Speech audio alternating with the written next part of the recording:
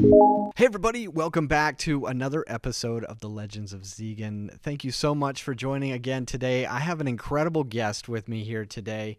He was actually nominated by a friend of mine, and I want to introduce you guys to an incredible person.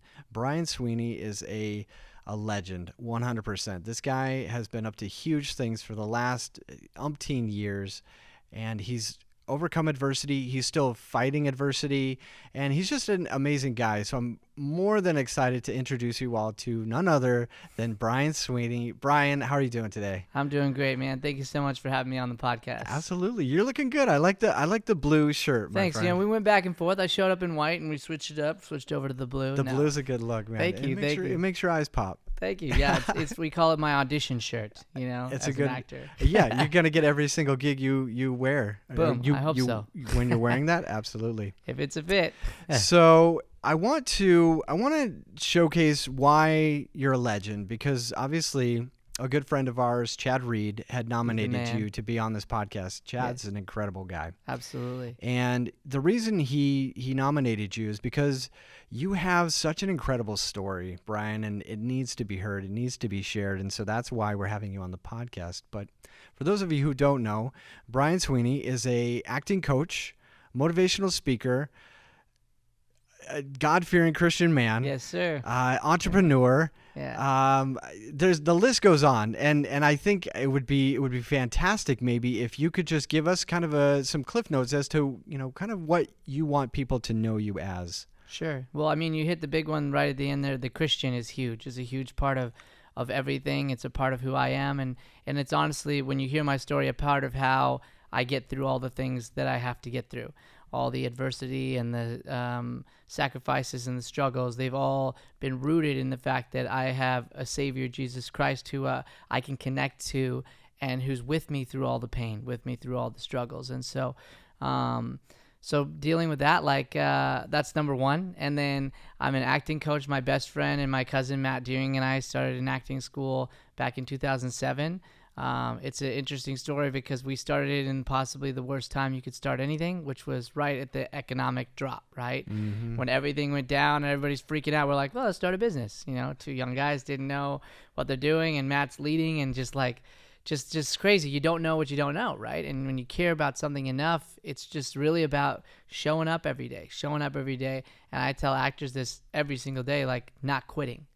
Like, the ones who win, the ones who end up doing this are just the ones who don't give up. Like, there's no strategic numbers. Oh, if I do this, and this, I'll be here. Like, in our world, it's like, man, you could be at this for 10 years and still never get that big audition, right? Sure. And so it's all about just putting your head down. So that's a huge part of my life, is coaching and running the studio with my cousin Matt. It's his business, and I've just been with him along the ride since the very beginning, since the inception. So we're really, really big into just using acting to improve people's lives. So of course we have actors at our studio who've gone out and gone to LA and made it and done their thing, but that's not what we're really about. What we're really about is using the craft of acting to enhance people's lives, to teach them how to listen better, to be a better parent, to be a better person at their work, like to all the parts of their life. Acting can be a huge part of that, and down to just laughter. Like Chad, man, I love Chad so much. He's been coming to our improv program for a couple of years. He was on our improv troupe, so I've gotten to perform with him many times. Chad didn't come in here to just be an actor. You know, that wasn't his objective. He was a business guy who just wanted to enhance his ability to listen better, to react better, and improv's a great way to do that. So he started an improv, and then he fell in love with it. Like, happens to so many people. So I droned a little bit on that, but that's basically the big part of my life. And then the last part is just all the health stuff, just like battling through that and working through that. I know we'll get into that story a little bit. So long story short, I have an autoimmune disease, as you know, that is called ALPS, and it makes it really challenging. And I was in a medically induced coma 10 years ago that should have taken my life, but praise God didn't. I know we're going to get into that, but that's all that. That's all in a nutshell. I love that. No, and that's perfect, actually, segue. And I think it's amazing because you are up to so many things. And again, the Legend podcast is really about just highlighting everyday heroes, right? Everybody has the opportunity to be a legend. And we're all out there fighting our own battles, overcoming so many things. And I like how you said, with acting, and you're coaching these people to don't quit. Yes. Don't stop. Just keep persevering, because eventually that hard work is going to pay off in some fashion. That's Whether right. it's becoming more successful in your job, more successful at home, as a spouse or a parent. Like you said, it's a constant grind. Life is all about the grind, right? Mm-hmm. And Yes, sir. it's not about the destination. It's about the journey. And Mm-hmm. so you said it very eloquently, but I love that you are up to so many big things in life, in spite of all of the challenges. And again, we'll get into that. But Mm-hmm. you're such a happy-go-lucky guy. I mean, Thank you. we've been trying to get this podcast together for quite some time. Quite some time, yeah. And I'm glad that we're finally here, because Absolutely. honestly, you are such an intriguing person, and I'm glad it's taken us a while to get this together, because it's given me an opportunity to get to know you more. Yes. And that's important, especially Absolutely. to build relationships and understand what you're up to. Right. And so I've gotten a chance to get to know you more, understand what your journey's been like, and I'm really excited to share that story with everybody here on the podcast. Absolutely. Me too. We are in this beautiful studio. We're actually at the Deering Acting Studio. Yes, sir. It's such a fantastic place. The what'd you call it? The Black Box or the Black Room? Yeah, the Black Box Theater. Yeah. Black Box Theater. Yeah. It's so you guys can't see everything, but it's just this completely black studio room. It's perfect for podcasting, which Absolutely. you and your cousin Matt are also going to be Jumping relaunching. back into this year. That's right. Yeah. So we had a Deering Acting Studio podcast, and then during 2020, obviously everything went sort of nuts. Luckily, we had a full system for being able to transfer to online really quickly. But acting online it's hard. It's really challenging. And again, going back into blessings, I lived right across the street from the studio. Matt's house is like a few blocks down. We love being close so that we can live our lives, because for us, this isn't like work. Our job is what we love, right? So, but also very important is family and connecting to that. Matt's got 5 kids, right? Oh, wow. So yeah, he's got a full army back there. And so being able to go back and forth is really important. Anyway, during 2020, like there's all this time and nobody was allowed to go to work. I'm sure you remember this, right? Yeah. Nobody was literally mandated, like, gotta not go to work. Well, because we were so close, it made it easy. We still could, which was really beautiful and a blessing. But then it was like, what do we do? What do we do at that time? And I was a big fan of Gary Vee. And he does all his podcasts and his videos, and I was watching his daily sort of thing where he would get guests on his show and just like basically take phone calls. And I'm like, well, this would be a great way to just do stuff during COVID, right? Yeah. Let's just get a podcast going where we can connect with people who are at home. And Matt had one called Mornings with Matt that we created, where we would just go through and mainly go through acting questions and stuff like that, but also like do the motivation side and help people like through this struggle that everybody was going through at that time, and how to get their head right and how to use the time where they're stuck at home to grind, to get down to the work and come back after the pandemic stronger than ever. Because while everybody else was sleeping, they were grinding. They were picking up a book, and they were doing their daily work on their diction and on voice and all this stuff. And so that became the Mornings with Matt podcast. And we had over 200 episodes. We produced it every day. Wow. And the whole idea was just give. So Matt's thought was like, let's give. Let's give during this time where like, all this stuff is going on with the world. Let's make sure that we're giving and giving and giving. So there was no monetary anything attached to it. It was just literally, let's show up every day and find a way to motivate. But the best part was that would just get us going for the day. And Matt was in a really great state at the time. So he was really leading in that. That was hard for me even to like get up at that time. I'm not a big morning person. Right. And I'm working to try and get that, because everybody says that's the best time. It's the best time to connect. And it's that time where no one else is there. There's nothing going on. And they couldn't be more right. It's just been a challenge. And so during that time, there'd even be times where he would literally have to come knock on my door like, hey, let's go. Like, it's time to do the podcast. And stuff. But we did it every day. And that was like our way of like giving back and staying focused, and it was awesome. Such a great time. And so we hope to get that going again this year, just through a studio podcast dealing with acting and what we got going in our classes. I'm excited for you guys to jump back into that. And again, this space is perfect for podcasting. Thank you. I think you guys have something special here, and obviously it's been a labor of love for you guys to get this, it's generally amazing. It's such a sweet studio. Everything's you've got high tech, you've got cameras everywhere, you've got audio equipment. I mean, it's built out. So thank you. Amazing. Well, one of the visions he had for that too is he wants to bring in guys like you and podcasters and help, especially we're an acting school, right? There's a lot of creatives in that world who want to start their own thing. We want to be able to help people foster their creativity and start their own podcasts and come in and do their podcasts and just be a creative space in that way where we can help people who have a vision but don't have the means to be able to make it happen, to have a space to be able to do that in and at a really low cost. So that's something that we're creating up to this year. So, I love that. I love that. Well, stay tuned, guys. Yeah, Legends of Zegen, all Deering Acting Studio, and of course the Deering Acting Studio podcast coming back. You guys should definitely keep your ears and eyes peeled for that one.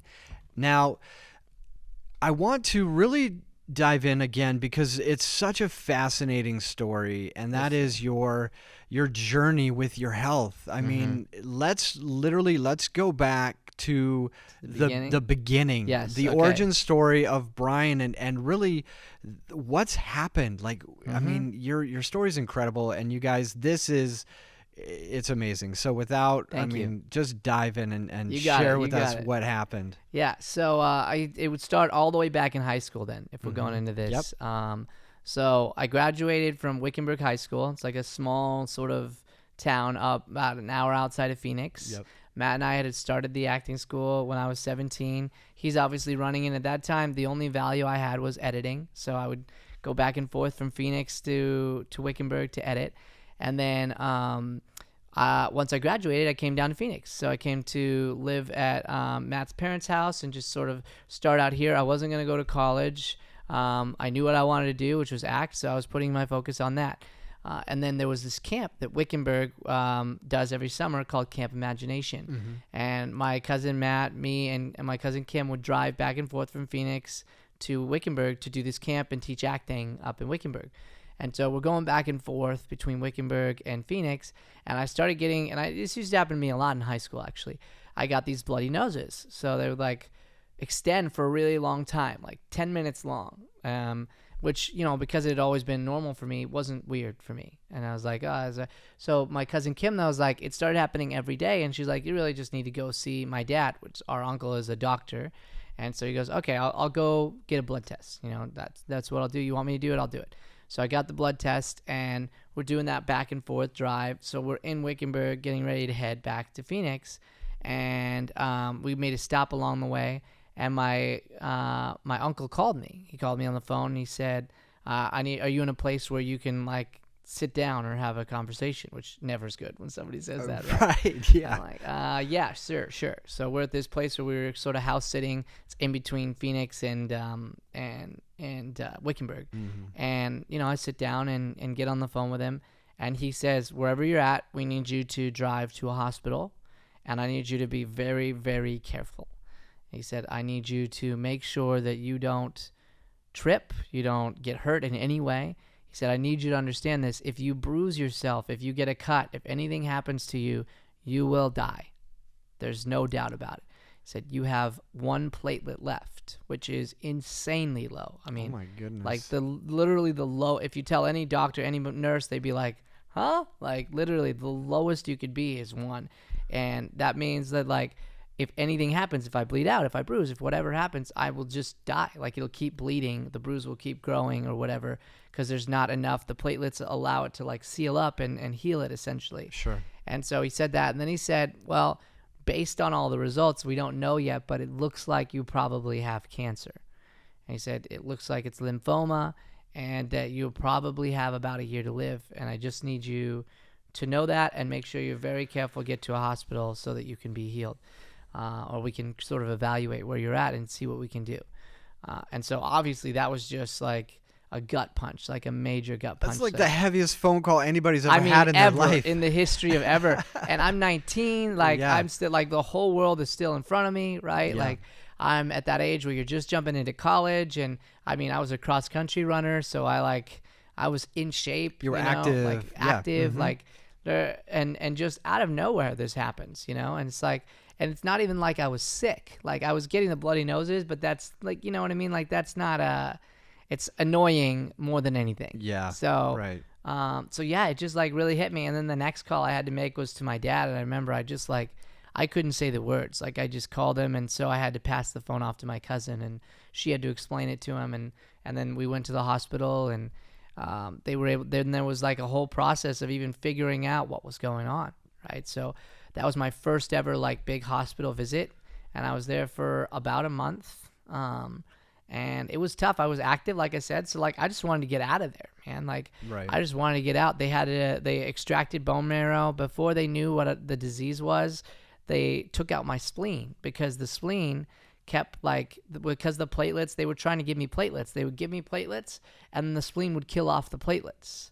And then they'd give me platelets, and the spleen would kill it up because of what I have. The things inside basically are at war with one another. It's like they're on the same team and they don't know it. So it's friendly fire, right? Yeah. So they took out the spleen in the hopes to stop the friendly fire and allow the platelets to build up so I could actually heal. But they didn't know I had what I had, unfortunately. So if they'd known, they would have never taken the spleen out. So they take the spleen out, then it starts to get a little better. Things start to get a little better. And then at the end of the month, we put out for one more round of testing, because they can't figure out what's going on. It's not the cancer. They figured that out. It's not this, it's not that, but we still don't know. It's like, and one of the hardest parts was just not knowing. You know what I mean? Yeah. Like the unknown is scarier than having an answer, I would imagine. Yeah. Absolutely. At least when you know, you can start to create strategies, make game plans. When you don't know, it's like this emptiness that you have to feel. And it was like, especially in that time where God was my total center, my ability to not freak out came from daily prayer and picking up the word and connecting into that and doing that. And then through that, my uncle sent out my testing. It was actually through my Aunt Val, because my cousin had the same thing that I have, which is called ALPS. So they sent it out to a bunch of different places, and one of the places was the National Institute of Health. And so they basically sent my stuff out, and it turns out that I had this autoimmune disease called ALPS, where basically the good cells are attacking the good cells, not knowing that they're bad, they're good, right? So they're trying to go after bad cells, they're killing all the good cells. Means when you get sick really fast, and your body can't fight as well, right? Right. But I really do believe, and this has proven itself through my story all the way back to 19, that even though that's true, that's where the spiritual aspect is so strong, because our minds are very powerful. So even if my body is struggling to fight, even if my platelets are low and my levels are low, my mind has a lot of power. My spirit has a lot of power to fight back, even when there's not anything there, So that was sort of the origin story there, is that like that happened. We found out it was ALPS, and then it became a journey of just managing this. They even sent me to the National Institute of Health to do the test. So we're the case study for this actual like ALPS disease. Like it's now in the books, the medical books, but originally it wasn't. Like we were, I think, one of like 100 or so at the time that were like jotted down about this. And so that's incredible. Yeah, it's so obviously my name won't be in the study, right? But that all the results, we were a part of those results. But knowing that you were instrumental in kind of helping them identify and organize data around it, so they can obviously start creating more treatments and things like that. I did want to just quickly ask you, so ALPS is an acronym for? Autoimmune lymphoproliferate syndrome. Yes, Yeah. Okay, okay. And then you also had mentioned that your cousin has this as well. Yes. So is it just coincidence? Is it potentially hereditary? Yeah, so it's genetic. So it comes down, and it's sort of unpredictable in who gets it and how they get it. It's just in the genetics in a sense. Okay. It will continue to be passed down through genes. So, for example, I'll use my brother's because it happened to be my family specifically got it pretty bad. So, like, my cousin has it. That's the one cousin. He's the only one that we know has it.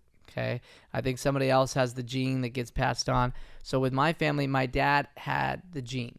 Yeah. So he didn't have any symptoms at all, but he has the gene of ALPS, and he passed that gene on to us. Right. So I got the gene and the symptoms. Mm-hmm. My middle brother got no gene, no symptoms. Fascinating. Right? Yeah. So he's totally free, no struggles with it. He'll pass it. He won't pass it on to his kids or any of that, right? I will if I have children, and then I also have it. And then my youngest brother, Joey, he also has it and has the gene. So his and mine manifest very differently. So it can hit different things. So for me, it was platelets. And it's done different things with me, but mainly platelets. So the platelets are the big thing that gets hit with me. With my cousin, it was his white blood cells. And with my brother, I think it was also his white blood cells, right? So I'd have to double check with him. Honestly, I'm forgetting. But Sure. But it sort of targets different areas and different things based on the person. But it can do any one of those things. And so me and Joey both had to also be faced with like, all right, well, will we have children? Like, what are we going to do there? You know, and right now, anyway, he's decided he won't, might change at some point, but he didn't want to pass on this thing, which I fully understand. Makes sense, yeah. And I decided I will. So it's like, because for me, it has been tough, right? No denying the sacrifices and the struggles I've had to go through, like no denying that. But also that's a huge part of life and what's made me and created me to be the person that I am. To be that joyful person comes from perspective, comes from a 19-year-old kid who realized that every second matters and that like the clock's always ticking for all of us. Like we have the day that we have and that's it. Right. Like I was 19, I was fully healthy. There was nothing wrong with me, right? Yes. And just bam. You wake up one day and your life has instantly changed. Right. Or at least the information around your life. No, it has. Yeah. So it's like, so then every second became, let me focus on joy. Let me focus on joy. So that if this is my last day, if it's my last moment, if I get a call like that right now or get rushed to the hospital, which since that story has happened many times, that I know that I lived a purposeful and joyful day, and the God stuff came in big there because it became, what's my legacy? What am I leaving? And I wanted it to be a legacy of joy and a legacy of teaching who God is to people. And that if I was to die today, then the first thing I did was start teaching a sermon called "If I Die Today, ... Like this understanding, like what am I leaving behind me? What's happening? How am I living my life? Sure. So that's important, I think, for a lot of people to, so much to unpack there. Yeah, honestly, Brian, it is. But I like that, you're talking about legacy, and that is something that I find kind of correlates with even the podcast that I'm putting together and identifying that a lot of folks that I talk to are doing these big things in life or overcoming these adversities and giving back to their community because they do want to create some type of legacy for themselves. Yeah. And I think we all want that at the end of the day, regardless of if we're living an extremely easy life or an extremely hard life. We all want to be remembered. We all want to leave this planet better than we came into it with. That's right. And I think that's such a powerful thing. Now for you, it's fascinating because you got dealt some really crappy cards. Some garbage cards, yeah. Garbage. Absolute garbage. It's all twos. It's all twos. Yes, yeah. But it's fascinating to me because you are now choosing to be joyful and to share your story and wake up every day. It's interesting to me because I find that I myself am pretty healthy. I've had my own health struggles for sure, but I feel sheepish about not going to the gym or not living my life to the fullest because I see guys who are paraplegic. I had another guest on who doesn't have his legs, and he went on to go compete in the Olympics. And I'm like, these guys are living extraordinary lives, and they have so much adversity, so many challenges, but yet they're living well beyond, I think, what I'm doing in my everyday life. And so I'm fascinated because I think for you, you're just choosing to go and be bigger than what you've been dealt. And I think that's amazing. Now, would you say you always lived that way? Not at all. No. or not until this happened? Not until this happened. Well, I'd say I was always dealt a heart of joy. I would say that the Creator gave me a heart of joy and love and patience. And so with that being a part of me, it made it easier. I think, and my backstory of like growing up, I had great parents. You know, everybody has their struggles here or there and within their family dynamics, right? But at the most part, I knew every day that my parents both loved me deeply. You know, when I got into the coma 10 years ago, which we'll get to in the story, I know. I was known for the lobby was full of people, like my family's big and they're supportive and loving to the point where they would have to keep kicking people out because there were too many people coming to support me and love me. And so having that kind of background and growing up in that and knowing that you're so deeply loved, and my mom was a strong Catholic. We went to church every week, you know, and God was a big part of our house. And like all of these things in my upbringing allowed how I handled the situation to be easier.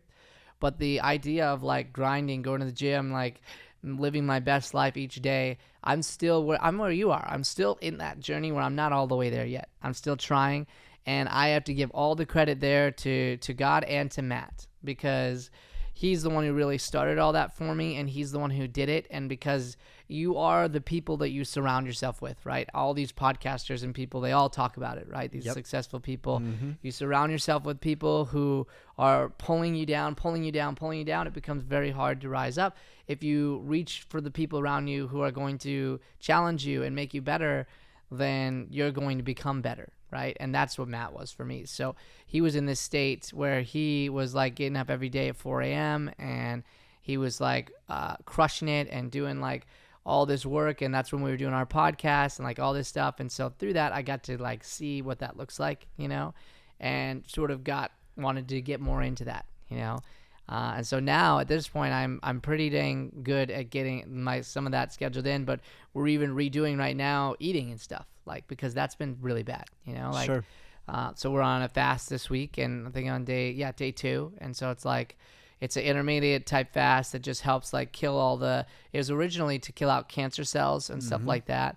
And so we're doing that to just reset. And I already feel way better. I already feel full of way more energy. Really? And I'm not even at the other side of it yet. So the challenge would be when we get to the other side, okay, now what do you do with your dieting and you're living your life and how you eat?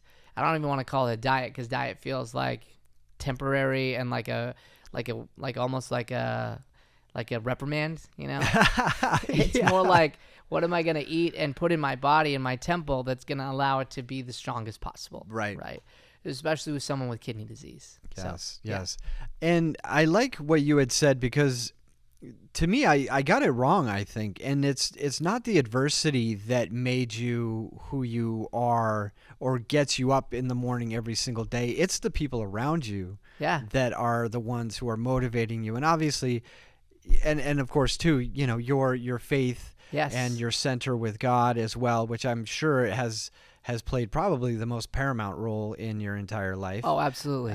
Because I can't imagine someone who is going through what you've had to go through on an island, or you know, without any type of belief or, you know, understanding of like, hey, hope.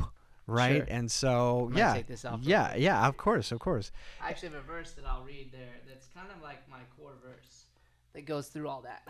Yeah, you're good. Yeah, take your time. No, it's all good. These tend to hurt after a while. So take them off and get a little break. Yeah. But they're incredible for the things that we'll talk, like running even. I wanted to run, and they were able to build this brace that allowed me to do that. You know, I can't do long spurts, but like, in the hospital originally, they said I would never run. They said that walking was going to be an extreme challenge. And it's like, especially with doctors, I hear no, and I think it's a challenge. Like, I like that. You know, like it's not a steadfast thing. Like, that's just your opinion. And I hope everybody who hears this, who has any medical thing, that you hear that. Like, anything is possible. Absolutely. I really believe that in my heart. Absolutely anything is possible. Will it happen? Who knows? But like, anything's possible. And if a doctor tells you something, it's an opinion, and you need to get 10 more opinions before you go, okay, There've been a lot of, all of these people are saying the same thing. It's probably true, right? And then keep trying to find another one. Yeah. Because there might be someone out there who's willing to try something new, to explore some new thing that could be your answer, you know? And I've had that happen many times. Like even with these, like the original foot person said like, well, you should probably just bike, you know, it's not going to be a good thing for you to whatever. And I'm like, no, that's not.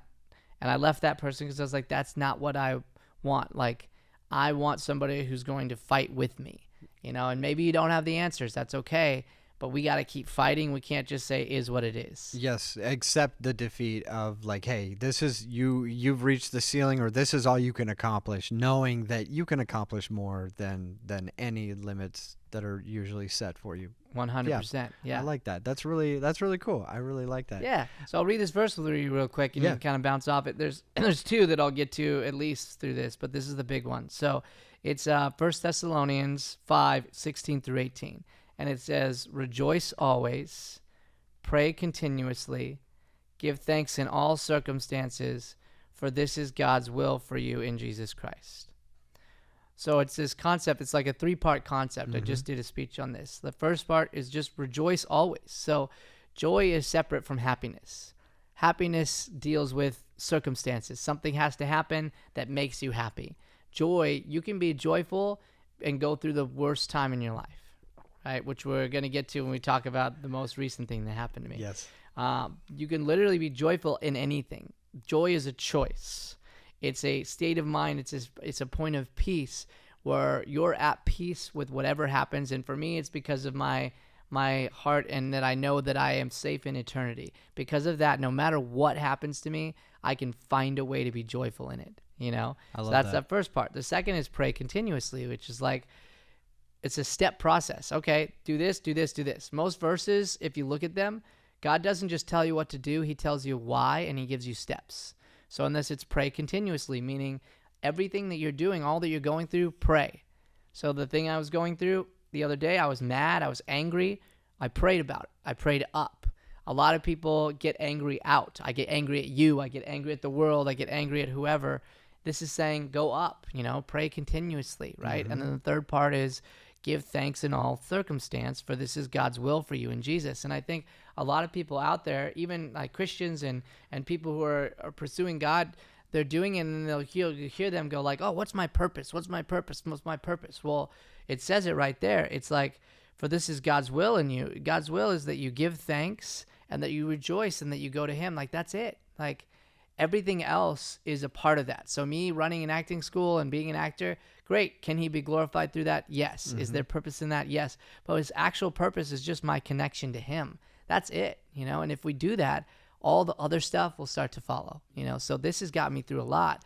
And the other one is just this idea of trials, which is James 1:2-4, which says, consider it pure joy, my brothers and sisters, whether you may face trials of many kinds. Trials, the stuff I'm going through.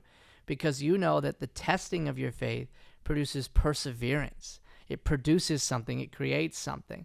And then it says, let perseverance finish its work in you, so you may be mature and complete, lacking in nothing. It's like trials and these things, they come at you to make you who you are, to make you stronger, to help you understand and be grateful for all the things you didn't have. Like, I don't have my toes anymore. I can't balance. Like, that's something I never thought about before. Right. I didn't think about when I was walking around how easy it was to walk and that my body just does it, you know? It's a weird one, but when you pee, like, you don't think about the fact that that's like your body's doing stuff and working, and like, I don't do that anymore because my body's broken now. Like, yeah, that's right. We have this incredible miracle, like going into what you're doing with your podcast, like we're all a miracle. Everybody's the fact that you woke up this morning and that you are walking and breathing and like all the things that had to happen to make that possible are a miracle. And I think we see people like me, or people like you were mentioning, that other guy with like, who doesn't have his legs, and like they see us as these big miracle people, and I'm just normal, and like, I'm not special, you know? And that's just so beyond true. We all have that. We all have this thing inside of us that's like allows us to be special. The fact that you're awake and alive it makes you a miracle every day. you know? I like that. I really like that. That's neat because I think a lot of people struggle with that, right? Yeah. Where they don't have something overwhelmingly challenging to where maybe like a physical challenge or something, right? Where it's, they're just they're normal or regular everyday people, Regular not even everyday normal. Joe, yeah. But realizing, to your point, waking up, the body is incredible. How Oh my gosh. much it takes to get this whole thing up and moving every single day, and just as simple as walking or talking, right? It's fascinating. And so I think we oftentimes forget that every single day is a miracle, and I like that you called that out because it's easy to forget, and So we easy. always do. So Mhm. guys, every single day you wake up is a miracle. I like how you said that. That's right. And I like those verses too, because the one thing about the Bible, I think, that we also forget is it's like the OG motivational book. Absolutely, 100%. Yes. It's sometimes I definitely feel like the Bible's just filled with tons of awe-inspiring stories. Yes, But there's yes. also really amazing nuggets of wisdom in Absolutely, there as well. yeah. And a lot of people do turn to the Bible when they're going through hard times, Mhm. but also remembering to turn to the Bible when you're going through good times That's as right. well, That's right. because it's going to continue to help you grow as Yeah. a person, grow as a human, and growing towards these positive things, the light, versus getting sucked into the darkness. Yeah, yeah. And it, like you hit it with the stories too. There's so many stories of people who all the big amazing Bible stories are people who were changed by God and were unworthy Mm-hmm. the way that we are, right? Like you take even the word, I mean, Moses was a murderer. He literally killed somebody. Right. And that's what started his whole story, is him leaving Egypt and then going out there and then meeting with God and then coming back and pulling them out of Egypt. Saul, who's like wrote half the Bible of the New Testament, right? Or Paul, was Saul, the persecutor, the killer of Christians. Like there are these stories of just like how everyone can be redeemed, and that we have grace. And you're right, like you hit a verse, and I hit a verse today that I hit 2 years ago, and it means something different. Yes. Because I've grown, and it can just be that OG book that just like really gets you Absolutely. through. Yeah, and it's even sometimes just one word that sticks out to you at that point Yeah. in time, and I like that you continually go back and leverage those words to help you get motivated, get moving every single day, and I am curious though, and while we're on the topic, Yeah. I want to know, for you, was it, I mean, did you have those moments where you shook your fist up at God Yeah, and 100%. question life and existence and all those things? I mean, Can we bounce to the most recent thing? absolutely, Since yes. that is actually very warm on my heart, and and what you're talking about was so true. So Yeah. so 10 years ago I was in medically induced coma, as you know, and so since then I've had trouble with kidney disease. I'll give like the cliff notes and then get into this thing that just happened. Yeah. So because that, when I came out, the kidneys didn't come back. So I had to get amputated. I lost the fingers, lost the toes, and we'll kind of rewind back into that. But they need to know that to know this. So I was on 4 years of dialysis. Dialysis, right. Right? And I finally got a kidney, and that was a very emotional process, because you get in this place where they approve you, and then basically you're just on the phone always. You answer every call because that might be the call. And if you miss it, they just move on to the next person on the list. Like, that's just how it works. And so one time I like drove all the way from Flagstaff back to Phoenix just because one was available. Got here, turned out not to be a perfect match, so I had to go back. And that happened a couple times before I got one.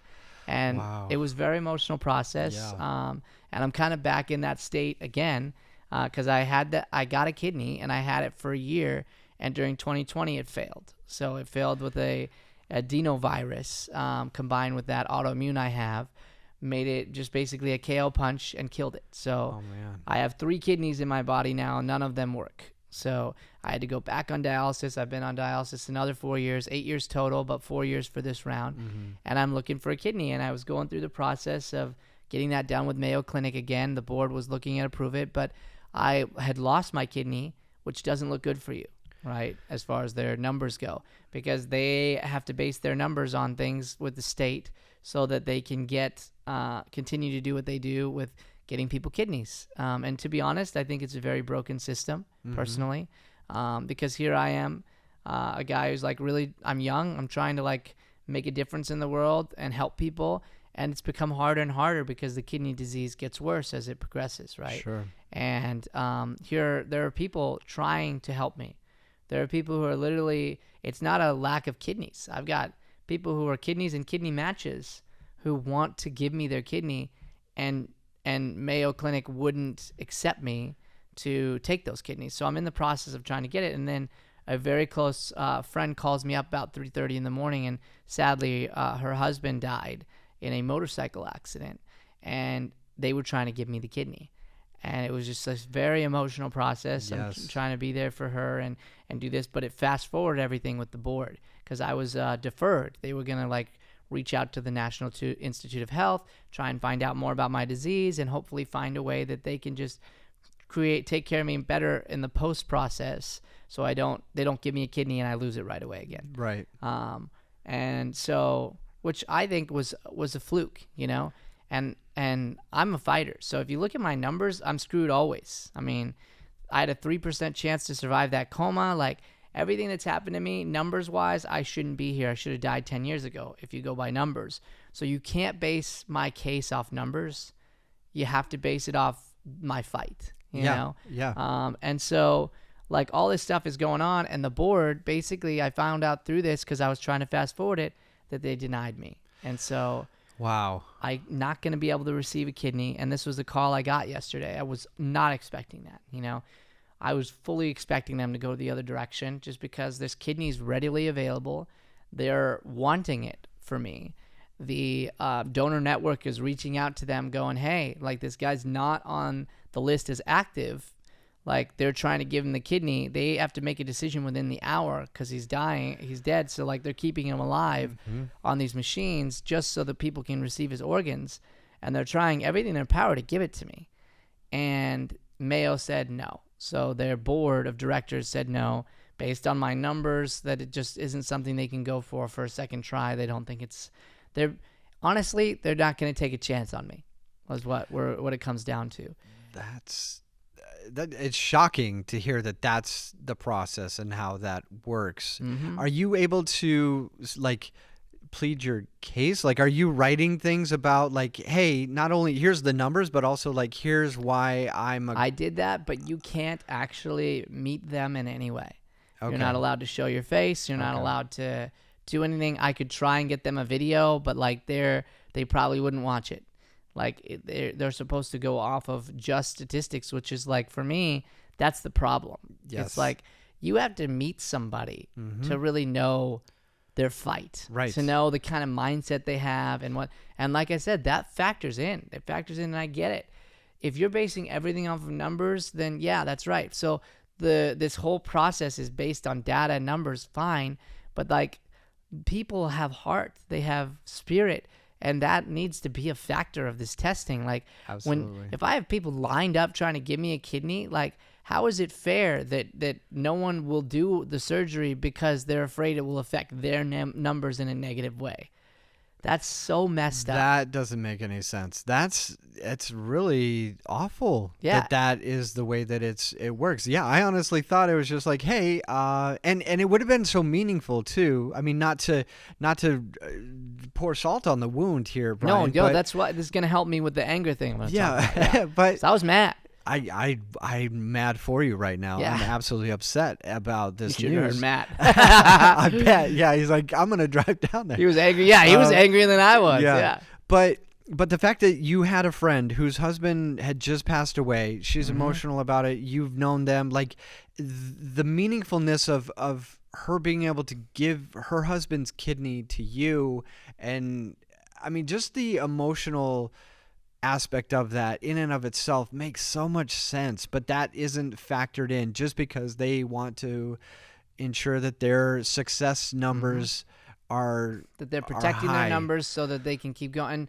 from what I understand, I don't understand everything, you know, if there are enough failures like that, if I get a second kidney and it fails in a year or whatever again, then it could hurt them in that if you get enough of those, they could be evaluated and they could completely take away their ability to do transplants. Right. Which is like, that just seems wrong. The Seems system wrong, and sounds like it's completely broken. it feels as that well. way, you know, and I don't know everything about it, so I don't want to, do that, and I'm trying to have grace, but it seems that way. Because here's the other part, like, that's deceased donors. So, okay, maybe you need that protection for deceased donors. Maybe you do, okay?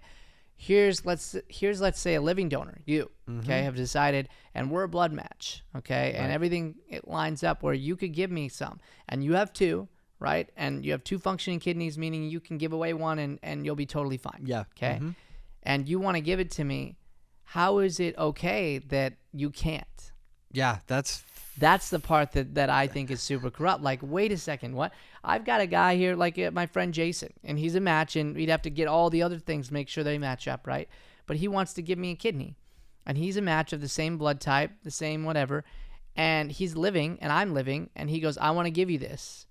How is it okay? How is it that I get blocked? That's what I don't understand. How is it that you're not willing to give me that surgery because I might die? Well, I have kidney disease. Guess what?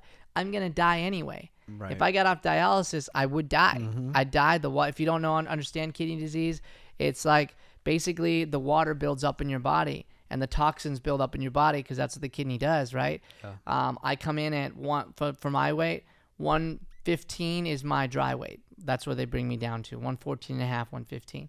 And so I came in the other day, it was way over because I was on vacation and stuff, and I was a little neglectful with my meds and stuff. So I came back at 122, which is like they had to take all of that off, right? Wow. So between your treatment, a normal one, I'll come in like 120 at the highest. So they then take off 5 pounds of my water weight after 2 days. I mean, only 2 days. Wow. I gained 5 pounds in 2 days. So if I didn't do dialysis, it would keep building up.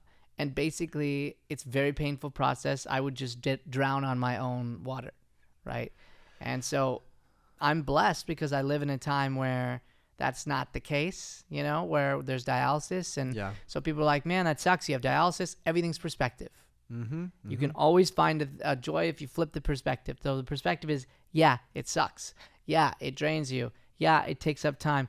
But it also keeps me alive. Yes. Yeah. You get to continue to keep doing the work that you're doing. Yes. And 50 years ago, I'm just dialysis. dead. Right. 50 years ago, I'm just gone. You right. know? The technology is helpful. The system, not so much. Not so much. Right. So going back to that, I get that call, and I'm mad. I mean, I'm sitting there with my brother, Joey. We're on the couch, and we're dealing with my friend, who I'm not just going to say their name just for that. That's but fine. who lost their husband, and been visiting them each day and calling with them. And so when their name and photo pops up, I answer immediately, right? So I just woke up from a nap, their name pops up, and they're talking with the donor network. They put me on the call with the donor network, and they're like, hey, we're trying to find you, but you're not active, So like, because you're not active, they can't do anything. So I need you to call Mayo and like talk to them and see if you can get yourself to the status where you're active. Because if you can, you're the guy, right? Yeah. And so then next call's on Mayo. I'll call you right back because I only have an hour to make this happen before they're just moving on to the next person. Sure. They have to because sadly they're basically shutting this person off, one piece at a time. And so I call Mayo and finally get this person on the phone who we've been going back and forth, and that's the call. They basically, which again, so unexpected, like, hey, well, unfortunately, the board did meet, and they've decided that we are not going to take your case, that you've been denied for a kidney transplant at Mayo Clinic. So sorry. And she was, she's followed my case. This is somebody who, so I don't blame the people, I blame the system. Sure. She goes, when I talk to her, her job is to have these conversations, to tell people it's hard, like whether they got it or didn't, what the board said, So that's the only thing she does. We had met 4 years ago when I got the first kidney. When I got on call with her a couple of weeks ago, she remembered me. Okay. And she goes, I remember you. And I was like, from 4 years ago, from the one phone call we had? And she said, yeah, you left an imprint. Wow. And that's the kind of thing where it's like, well, that kind of spirit, that kind of stuff, I'm not like advocating for me in that way, but it's like it leaves an imprint, the way you treat people, the way you love people. And those are the kind of people. She was sorrowful for me, Yeah. that these people who meet and don't know me and will never know me have made a decision on numbers and facts that they received.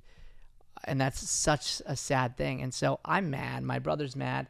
And I didn't cry or anything like that.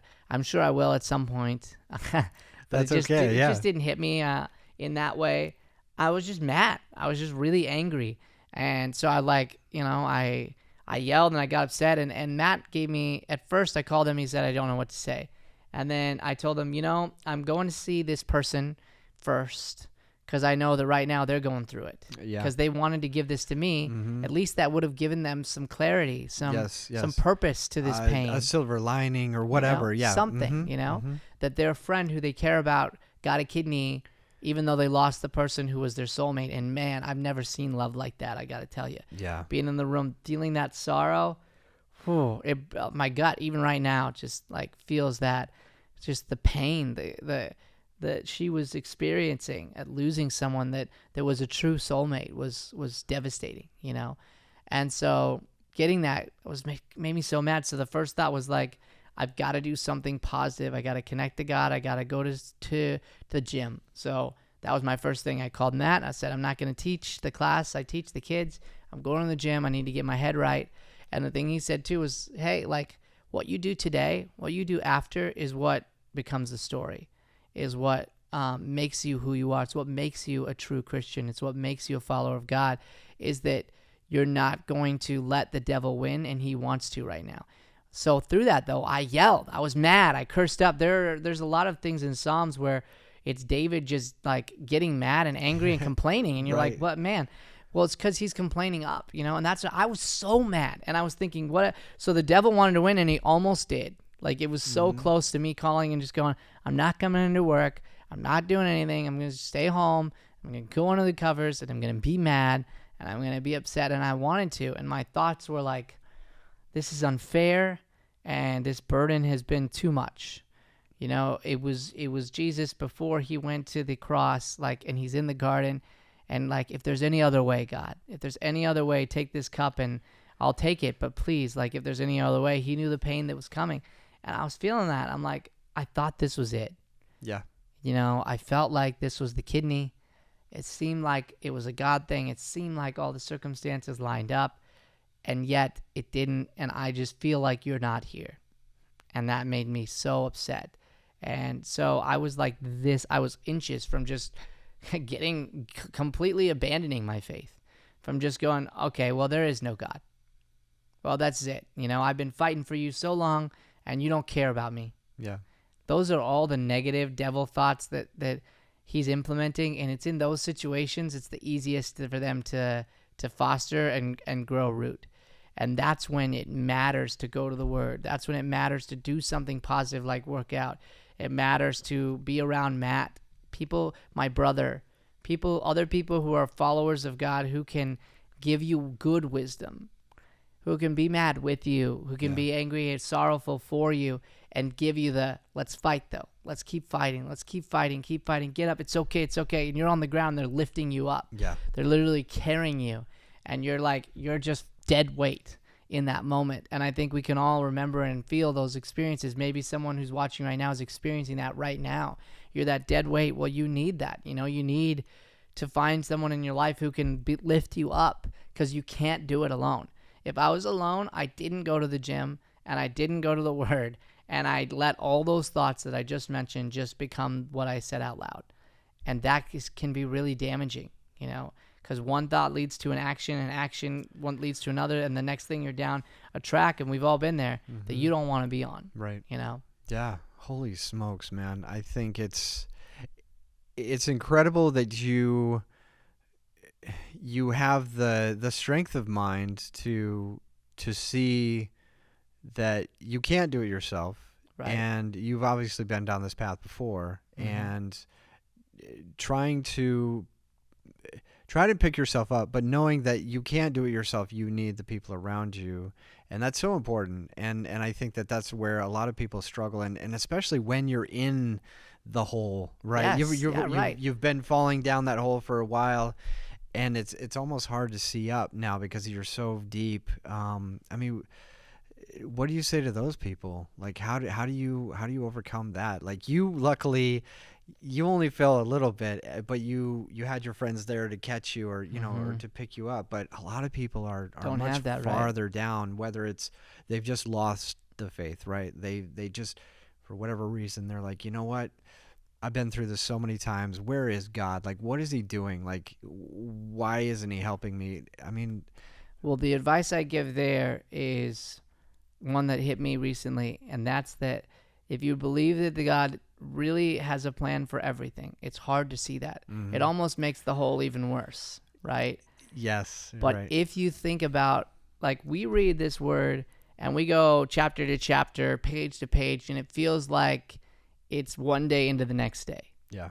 But the couple of chapters on Moses, for example, are over his entire lifespan, over 40 years. And so the advice I gave that hit me recently is that God is on a different timeline. So during those times, the times of struggle, I tell people to look at the little blessings and the positive, going back into perspective. What do you have? Where are times in your life where God has come through? And maybe right now it feels like he's not. Maybe it's one of those darker times, but we all know, if we're really honest with ourselves, life's a up and down sort of like process.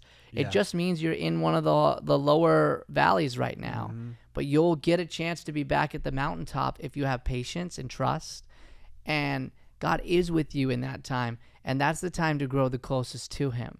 That's the time to know that I don't have anybody around me. I don't have anything that's going right now, but I still do have you. I still have you, and he's there, and he's listening, and it's just like, and then you'll start to see those things, and that becomes your story. Like, my story is all the big struggles that have happened and how I fought through them anyway. Yeah. And I'd encourage you to do the same, to fight. Like, sometimes in the back of my head, I just have those three words like on repeat: fight. I'm so tired. That's what I kept putting in my head yesterday. Fight. Get to the next thing. Fight. I'm at the gym. I could barely do any workout because I was so tired from dialysis, and I just like lifted a couple things. I said, fight. I got a little done, and then I went into the sauna. Like, fight. Get something done, Do something today to push yourself forward, to push yourself into positivity. Do something for your dream. If things aren't working out, find something to do about it. Do whatever. Jump on it, make a podcast for yourself. You always want to do that? Do that, Yeah. Do whatever. Like, do something. Get into action. When you're sitting there alone with your thoughts, it's a dangerous place. Absolutely. Yes. Yeah. No, I like that. Thank you for expounding on that, because I think that that's something a lot of people are struggling with now. I mean, more than ever, I feel like, just with so much chaos in the world. And I mean, it seems like it's always been chaotic, but I think a lot of people are struggling. Yeah. And I think that fight is a really great moniker for people to just, again, it's hard sometimes, right, to wake up in the morning and say that to yourself, but just do one thing to take action in your life, and then that will lead to 2 actions and 3 actions, which I think is amazing. Give. That's where that podcast, so much came of that, right? But the philosophy was just give. Give, go do something, give of your talents. Yes. So whatever you happen to be good at, whatever is the thing that God gifted you with, go out and give it. And if you're not a faith person, you're not a God person, fine. Like, do it. No, I'm just kidding. But if you're not, like, go into your talents. Like, what can you do to make a difference in somebody's life? I've never done something where I went out and made a choice to make a difference in some way, whether it's through acting or through going to do a speech, like, and left and was like, well, I'm regretting that I did that. It's a bummer that I went and helped that person. Like, never, you feel good, and it adds in, but because, like, it will help you with the feelings you're feeling. Like, mine were, again, yesterday, anger, frustration, neglect, like all this stuff. Then you put yourself in action, and I get here and I teach, and then I told my students about it, and at the end of that, all I felt was loved. They were angry for me. They were angry with me. They cared, and if I hadn't come, I'd made the choice to come help them by teaching, then I don't get that. And it was a beautiful moment. There were like 8 students circled around, and just like, when you have their full attention, that was what it was. Like, wow. just circled up. I told them the story, and then they had some good questions, which I always say, if you know someone out there who tells you their story or says something about it, don't be afraid to ask questions about it, to talk about it with them, because most of the time they love that. And if it's something they're not ready to say, they'll tell you that. Right. They'll tell you. But it's almost like, I was just talking to someone because I'm speaking at GCU on Monday about, we're prepping sort of Very that cool. and getting ready for it. I love that. Okay. About like when somebody lifts a spiritual burden on you, they tell you something maybe that they're never told anyone, and you just sit there in silence and say nothing.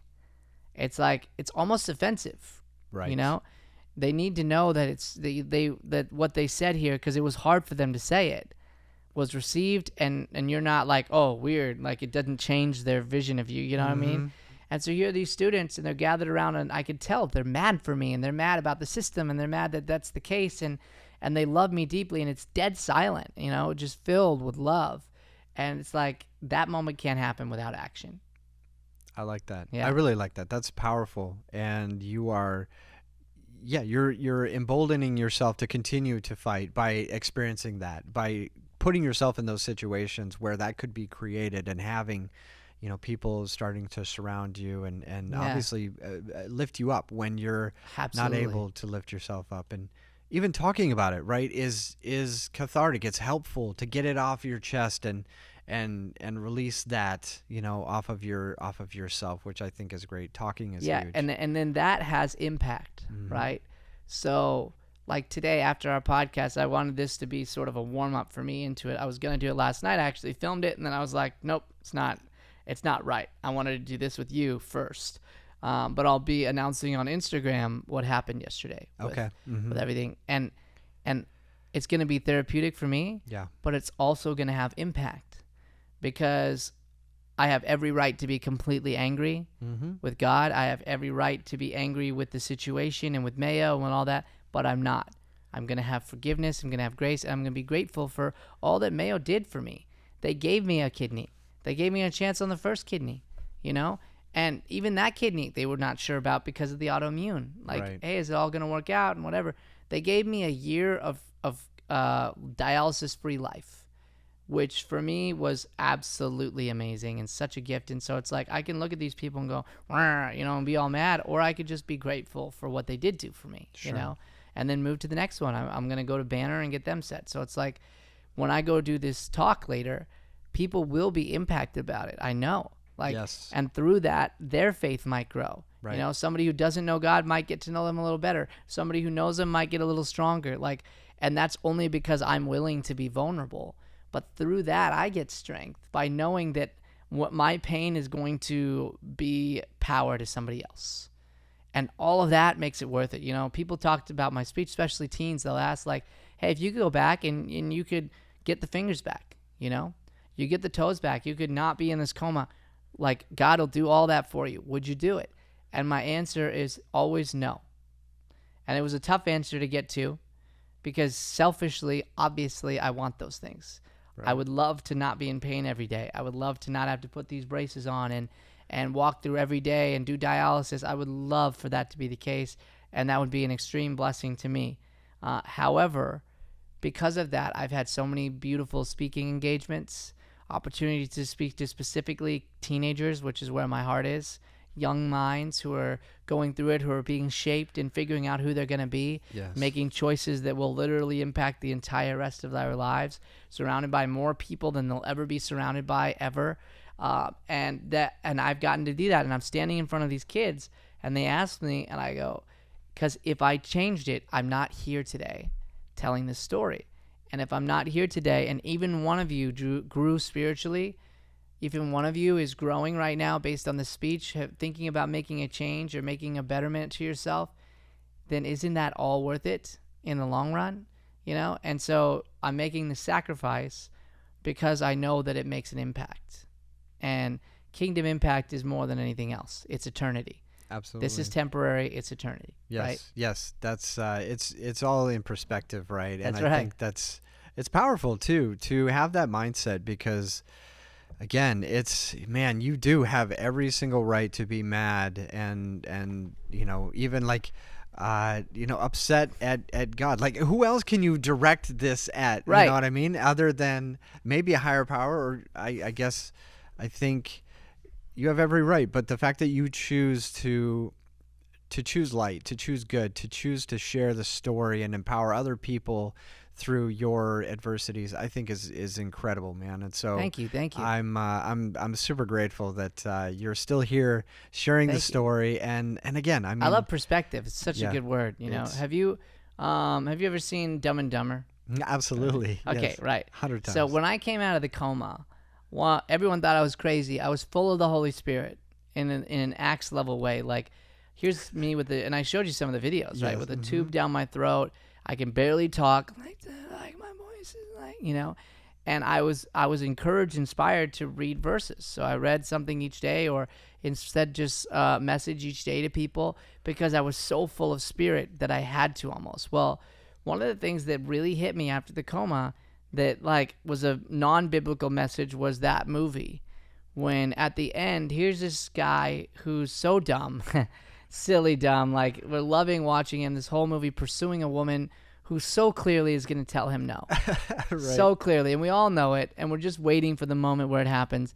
And he finally faces off with her at the end, and he goes, "So what are my chances?" And she looks back at him and goes, "About 1 in a million."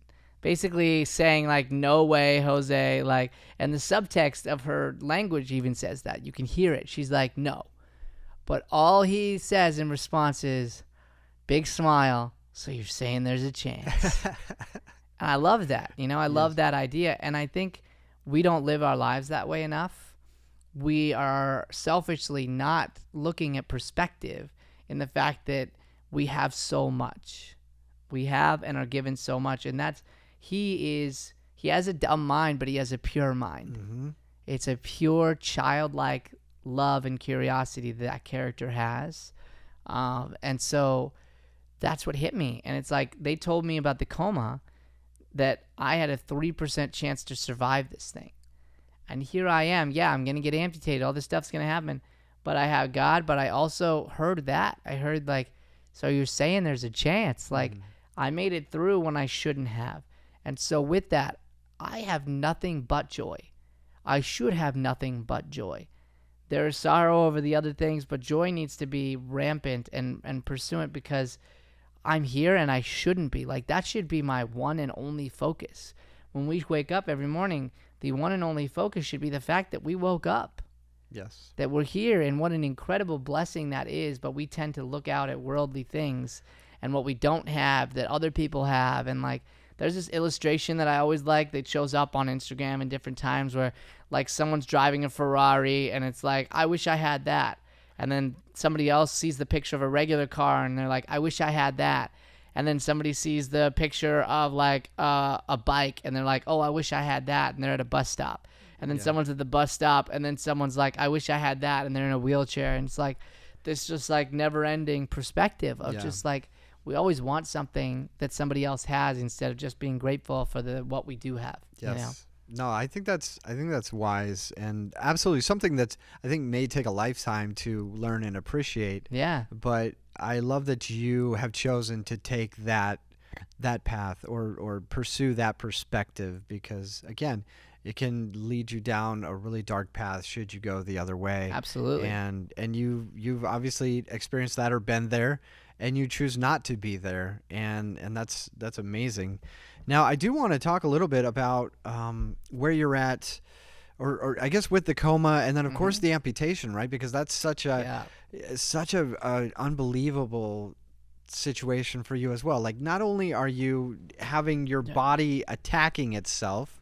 Trying to find the brakes here. Oh yeah, yeah. You're like, it's like backing up, slowly rolling backwards. But you're experiencing, your body is attacking itself, and you now have gotten put into this coma. It was an induced coma, correct? Yeah, medically induced coma. Yes, yeah. okay. And then they got you under control, but there were some consequences, I guess, yeah? Yeah, absolutely. So I'll talk about the coma time then real quick. So My grandfather had just passed away. My family's all together, and I just got really sick out of nowhere, completely sick, passed out in the bathroom. My uncle happened to be kind of looking around, my Uncle Tim. He's like, where's Brian at? So then they start looking around the house, and they can't find me, and he eventually found me in the bathroom, just like kind of hugging the toilet and just like really, really, I mean, I was there, but barely. I mean, just barely. And so he had to carry me because I didn't have any strength to the car and take me to the first hospital, which did not treat me well. The first hospital sort of treated me sort of like a drunk kid. I mean, I was throwing up so bad, I could barely breathe, and they wouldn't let my family give them my information. They wanted it from me directly. Like, Wow. It was really bad, really bad. Luckily, I'm in this room, and they were kind of like not treating me well. And Matt, his dad, is a doctor, and so he could tell that it was really bad. And he asked them to take my temperature, and they said no. They said they would. We already did, and he's fine. So they left the room, and again, very bad treatment at this first hospital. And then he did himself. It's 103. So then he went and grabbed the nurse and told her. She comes back. By the time she gets back, it's 106. Like, it's climbing. It's a climbing fever, really, really bad. And so then they start rushing, and they start taking care of me. This hospital was the one over, I mean, it was like right off of, in Scottsdale, like an old town. It's that big one that everybody knows about. Yeah. And just it happened to be the staff at that shift was really bad. And so I ended up going to the other hospital to be saved. That's actually where I'm going to go for my transplant, hopefully, God willing, Okay. for Banner. So they sent me to Banner, that was where they said I had a 3% chance. There's like, he's not going to make it probably. Say your goodbyes. Like, he's got a 3% chance. They told my family to say goodbye, that there was no way he was going to make it through this coma medically. And so they ended up deciding to take me by ambulance to Banner, where they had an ECMO machine, which was at the time one of the only ECMO machines, very rare. It's basically like a form of life support. Okay. That does everything, including like breathing for you. And it was very experimental. You can look up ECMO. I can't even explain it that well, but if you look it up, you'll be able to see everything about it. And it was very rare. So they had this whole floor for it, and they were one of the only hospitals in Phoenix that had it at the time. And so it was a big gamble whether or not this was going to work, right? So they put me up on the ECMO machine, and I'd like to share just sort of, people ask a lot in comas, what's going on with the person in there? You know, like, can you hear me? Yes. Can they not hear me? Are you just dreaming the entire time? Yes. Are you just black? Is it just black? Like, so I'd like to share my perspective I with would people, love to just hear in it. case somebody happens to ever have somebody who's going through that. And it's different case to case, I believe. But what happened with me was I had and I believe this is true for everyone. I had no idea I was in a coma. Zero, right? So in the movie, sometimes it makes it look like you know what happened. You don't know what happened, at least in my perspective. You have no clue. All I knew was I was really sick, and then I fell asleep. Took a nap, same as anybody, right? So I'm in one of those rooms. I wasn't even in a real room yet, and I just fell asleep. And that's the last thing I remember. And then after that, it was all dreams. So my dreams, though, they were all fighting dreams. Okay. Every dream, I was fighting for my life. I was surviving. So like some of the dreams, and I was at recent places and recent things. So this is where it factors in. People were talking and obviously telling stories and speaking to me in a positive manner. All positive. Stay positive. Don't say anything negative to somebody who's in that state. Like, if you want to talk about a negative number or get out of the room, because we can hear it. And my uncle said this about people in comas and stuff, even the medically induced comas. The hearing is the last thing to go.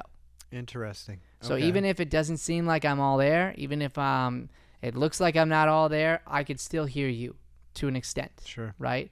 And that became true for my subconscious, because the people who were talking to me, the people who were around the most, they were in the dreams.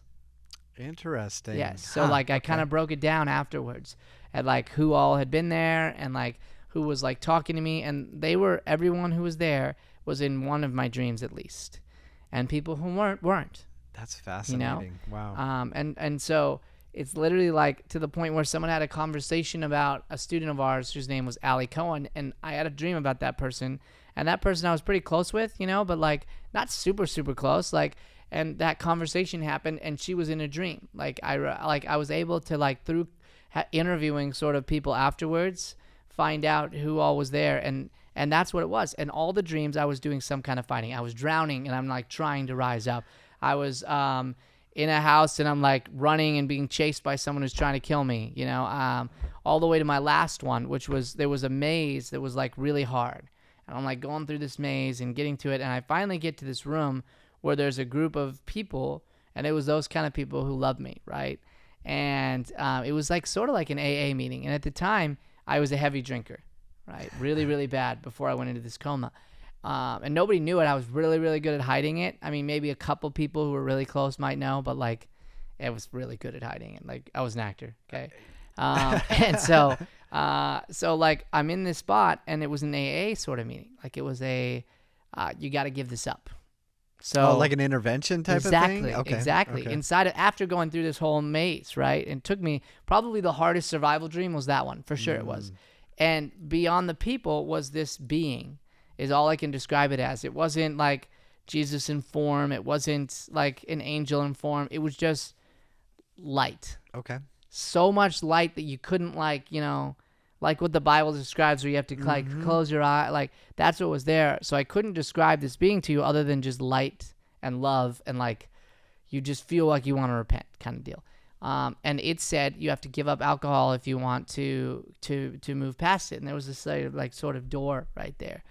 And when you're in a dream, you know, it feels real to you. It feels as real as everyday life. So I don't even realize that I'm in a dream. I don't know I'm in a coma. I'm just in that moment. And I almost said no. It was so hard because the alcohol had that much of a hold on me. Wow. You know, I had to like think about it. And I made the decision to give it up. And the angel being light moved out of the way, and I was able to go through the door, and that's when I woke up from the coma.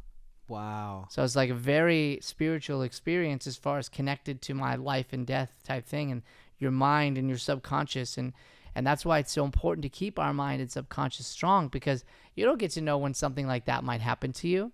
So when it happens, the state will be, where was your mind at when it happened of your fight? Yes. So if I'm in a non-fight state and something happens to me, then my mind is going to be in a non-fight state, and it's not going to fight back. And that's going to be it for me. And I believe that, you know, God has ultimate power on whether I live or die, but also my mindset has a huge indicator on what happens in those moments. So that happens, and I woke up from the coma, and my hands were just completely frostbite black. That's what I saw. I got all these tubes in my throat. I can't talk. I can't really express. You can see in the videos my eyes aren't there. I'm not all there still. I just am there enough to see what's going on and try and process it. They ask you those questions like, what year is it? Where are you? Do you know what's, like, all that stuff? And I got some of them right and some of them wrong. And then it's like it was a slow, one day at a time process of what they did. So the hands were totally frostbite black. The feet were totally frostbite black. And I remember the first time I got to eat ice chips was like, that was the GOAT. I mean, that was it. That was the biggest win of all time, because like at this point you're just having, like, everything's fed to you through this tube. So they decided to take the tube out, which was huge. And then you're going through that process. And then they decided to give you ice chips. And it was like, oh, it tastes so good. And it's so good to have something that's not just coming through a tube. And then it was like, oh man, the first time you got to have like apple juice or sauce or whatever, it was like, oh, so good. Like, and it just taught me so much about gratitude, so much about the things that, oh man, I have all these things. And sometimes not only am I not grateful, but I'm pissing them away with like chicken fingers and like, you know, terrible, bad decisions. And that's where being in this fast right now at this time, right when I found out that I'm not getting this kidney, couldn't have been a better, I started the fast with Matt the day before I got the news about the kidney. Which is like not coincidental. It's like, it's to remind me that when I come out of that, like, don't go back to those bad habits. Like, go back to when that moment with the ice chips and with like I did a video back then that like I talked to myself and I said like, don't go back to the chicken fingers. And I was like, I love chicken fingers. So it's like, and you can have it as a treat or whatever, but like it shouldn't be your norm, you know? And like you're treating your body terribly and you like then wonder why it doesn't respond well. It's like, well, because you're not treating it well, you know? And here's the thing, and I'll especially talk to young people. you don't get to see the results of all your bad choices for a very long time. Right. You know, when you work out, you don't get to see the results for 3 months. So like if I'm looking good right now, it's actually not because of what I'm doing right now. It's what I did months ago. And it's like the same thing with your body. Like, and for young people, like, yeah, you're right. You can have as much candy and as much stuff as you like, garbage food and ho-hos and whatever you want right now, and your body can handle it. And as you get older, it won't. But the results of those things, they manifest all the way at the end, not now. So if you're making better choices now, it will result in the end. You'll live a longer life. You'll have a stronger body, you know. And of course, right now, you can do whatever you want, but be cautious because those things manifest later, you know. It will catch up. They will catch up. Absolutely. I love that your choice to try to really communicate and educate the younger people, younger generations, teenagers who are needing to hear this information. I remember when I was a teenager, I so badly wanted to learn things the hard way because I felt like that was me, you know, earning my stripes. But now I'm absolutely like, if I could go back and talk to my younger self, I'd be like, just listen to your elders, people that are older than you, because they know what they're talking about. So I love that you're putting yourself in that position to try to help educate them and give them positive reinforcement towards the rest of their lives. Well, and the story, the pain, it opens the door. Because I usually show the photos, and I don't know how you edit or what you do, and it's jarring. I mean, to see those black hands and black feet. And that allows them to see things differently. It touches their heart in a way that opens it up. Yes. And I was recently watching The Chosen, and there's this video where James comes to Jesus and was like, because he's got a limp, and he's like, why, you know, can you just heal me? And James, and like, I'm paraphrasing here, but Jesus basically like, I can, but how much more? And this is right after he gives him the power to heal. And they're like going to go out 2 at a time to go like preach the gospel. And James just wants to be healed. This whole time he's been limping and feels lesser than. Like, I felt that a ton because like I can't do things other people can do, and you feel like less of a man, or you feel like whatever. And so here's James in this vulnerable moment going, Jesus, well then can you heal me? And Jesus says, well, I can, but how much more powerful is it going to be when you're going out and healing others? When you are the way you are and you're not healed on this earth, but you will be healed on the other side, but still you have faith. Because of course you can have faith. Of course, it's a lot easier to have faith when God heals you. Right. It's hard to have faith when he doesn't and maintain that faith. And so it's like, that really hit me when I was watching this idea and what that can do for students and people and where I was at in that age. And when I came out of the coma, the only big message I had was God said that he would use this story to influence thousands of teenagers for Christ. It's the only thing I kept hearing over and over and over. And I knew my mission through acting, through speaking, had to be for them. It had to be to draw them closer to God through the story because it's so jarring. And I could see myself in high school going, what?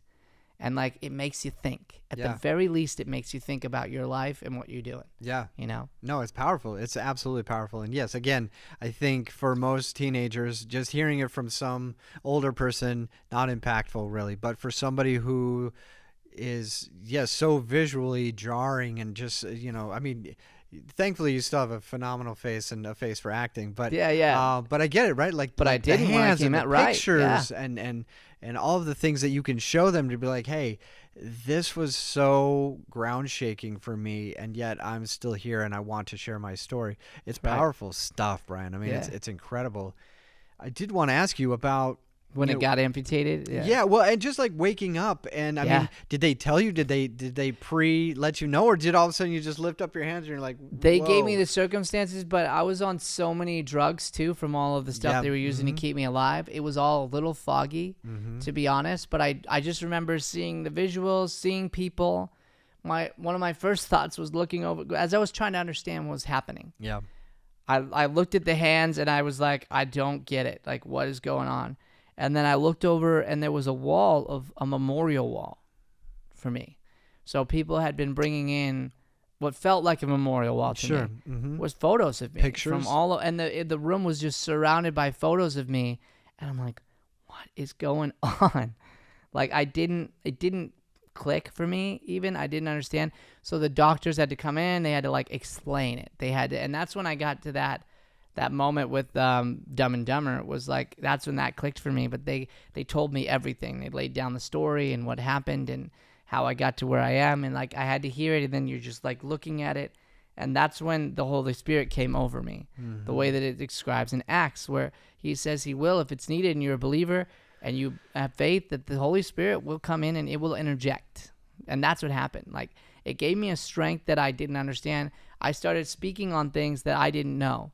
I started saying verses that I didn't know by memory, a memory that I don't have. And if I wanted to cite them right now, I couldn't. Like, it was Holy Spirit power. So that's what helped me receive things and understand things. But every day I'd look up. So then I said the joy filled, because of the Holy Spirit, the joy filled me, right?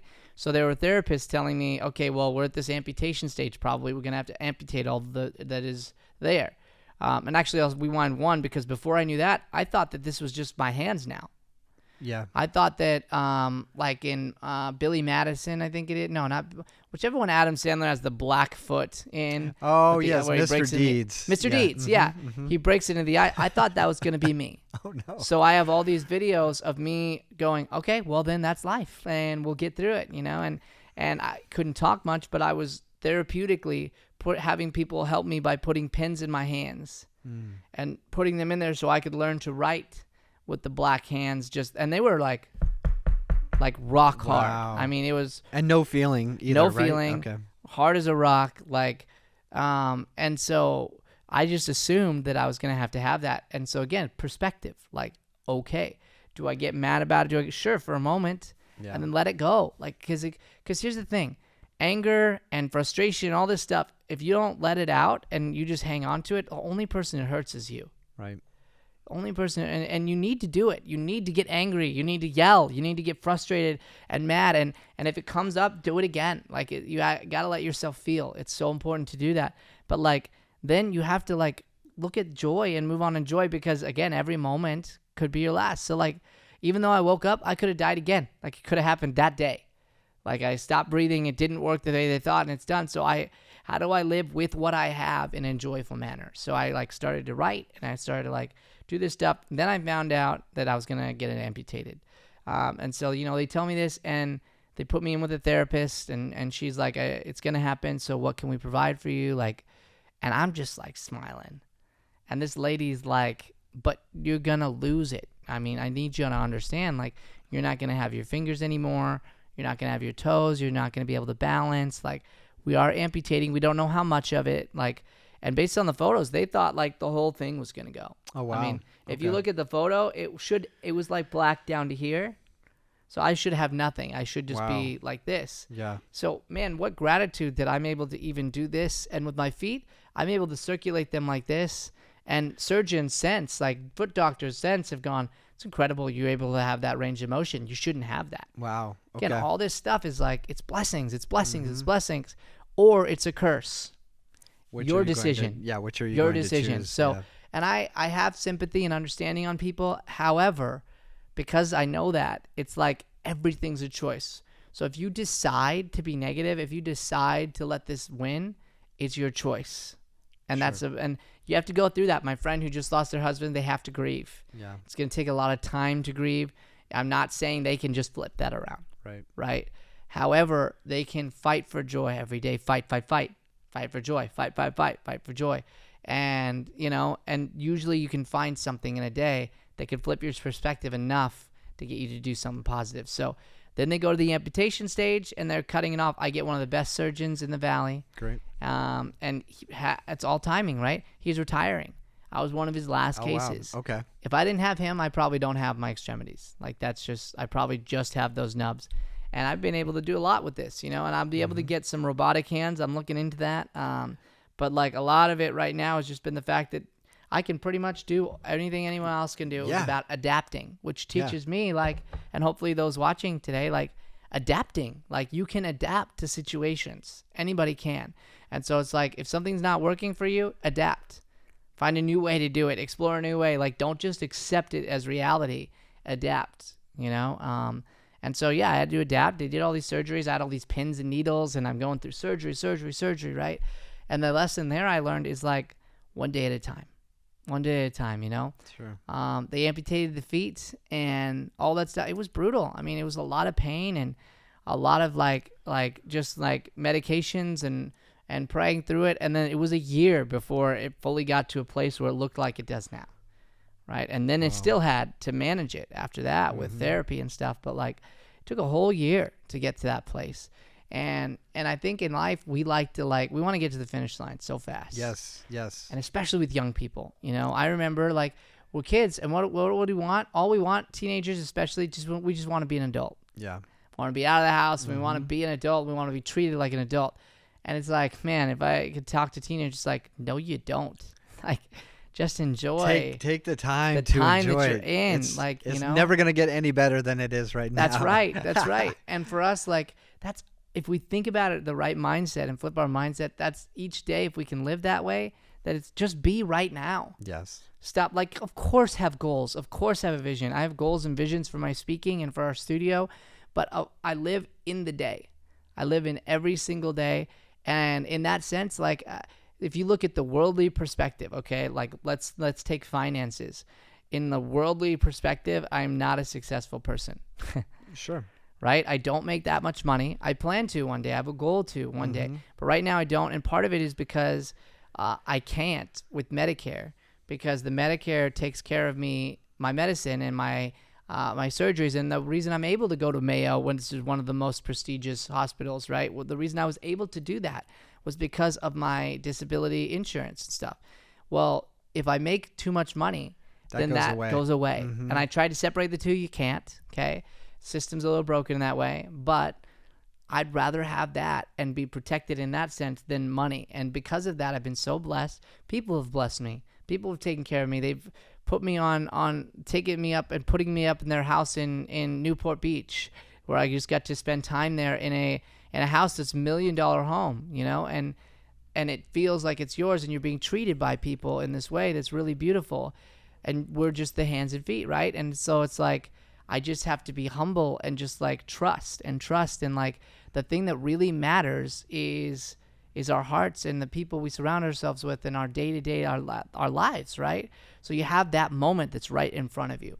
And so it taught me to start living that way, because like you can't get to the finish line and you don't want to.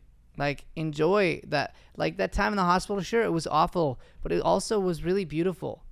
You know, I got to see what it looked like to have people in your corner. There's, in an ICU room, you get 2 people at a time. I'm dealing with this with my friend right now. 2 at a time have to cycle through. Well, when I was in there, I didn't get to see it, but I heard about it afterwards. There were 2 at a time, a full lobby outside, and then a full section down in the cafeteria that were there for Brian. Amazing. It became this thing. And like my acting students that I've had over 19 years or 25 years at that point, I was 25, were all there that could be there. They would come in day in and day out and check in on me. And if they weren't there, they were checking in on Facebook. And my dad was putting those videos out each day, and they were filming me, and people were in my corner. And you don't really get to see that until you go through a traumatic instance. Right. And it's like, if we think about some of those things when we're in a dark time too, you have so many people in your corner. So like, just be in that moment and like enjoy that moment, because you don't get to have that moment again. And in the improv world, it looks like this, right? I had an incredible show, best show ever. It's all improvised. You can't repeat it. And if you try to, it's garbage, right? It's so bad. Right. It's like, it was special. It was for that moment. And we each have those in our lives. And so even the dark points, like I would say, to realize like it's just a season, right? But it's a season that if you allow it to be, could be something where you can make an impact one day. And you could look at this time and use it to figure out who really is there for you. Who's there in your corner for real, you know, and hold on to those people and remember those people, you know? So yeah. I love that. I think, I mean, so much goodness coming from your side of this table, so much light and so much hope and perseverance, motivation. I mean, Brian, it's incredible based on what you've gone through. And I want to talk about your motivational speaking, your plans to continue to grow that. And what is that like? What do you envision that to be like? What do you want it to be like? And And, Yeah, absolutely. So right now it's so recently I had like an experience where I was up in Colorado in July, and I realized my heart had failed earlier this year too. And so like it's been a lot. It's kidney failure, heart failure, all kinds of mini diseases that have killed a kidney, lost a kidney, like a lot of emotional trauma. And through all of that, like I sort of hit a breaking point after the heart. And I was at home, and part of the breaking point too is knowing that you're leaving your partner, my cousin Matt. We run this business together alone. It means that he's running this whole thing by himself. Yeah. And that's tough. That's really tough to just leave someone on an island like that continually. And it's out of my control, but it's, I know that I am going to be inconsistent. And that's such a tough place to be, where you know for a fact there's nothing you could do about the fact that you're just going to bail on somebody. And they're like, you can't do anything. And they're just going to be by themselves. And of course you're going to come back and do what you can. But like, he basically said, you're fired for a year. Like, let me go in a funny way. Like, but don't think about this place, because we both love it so much. We would want to, right?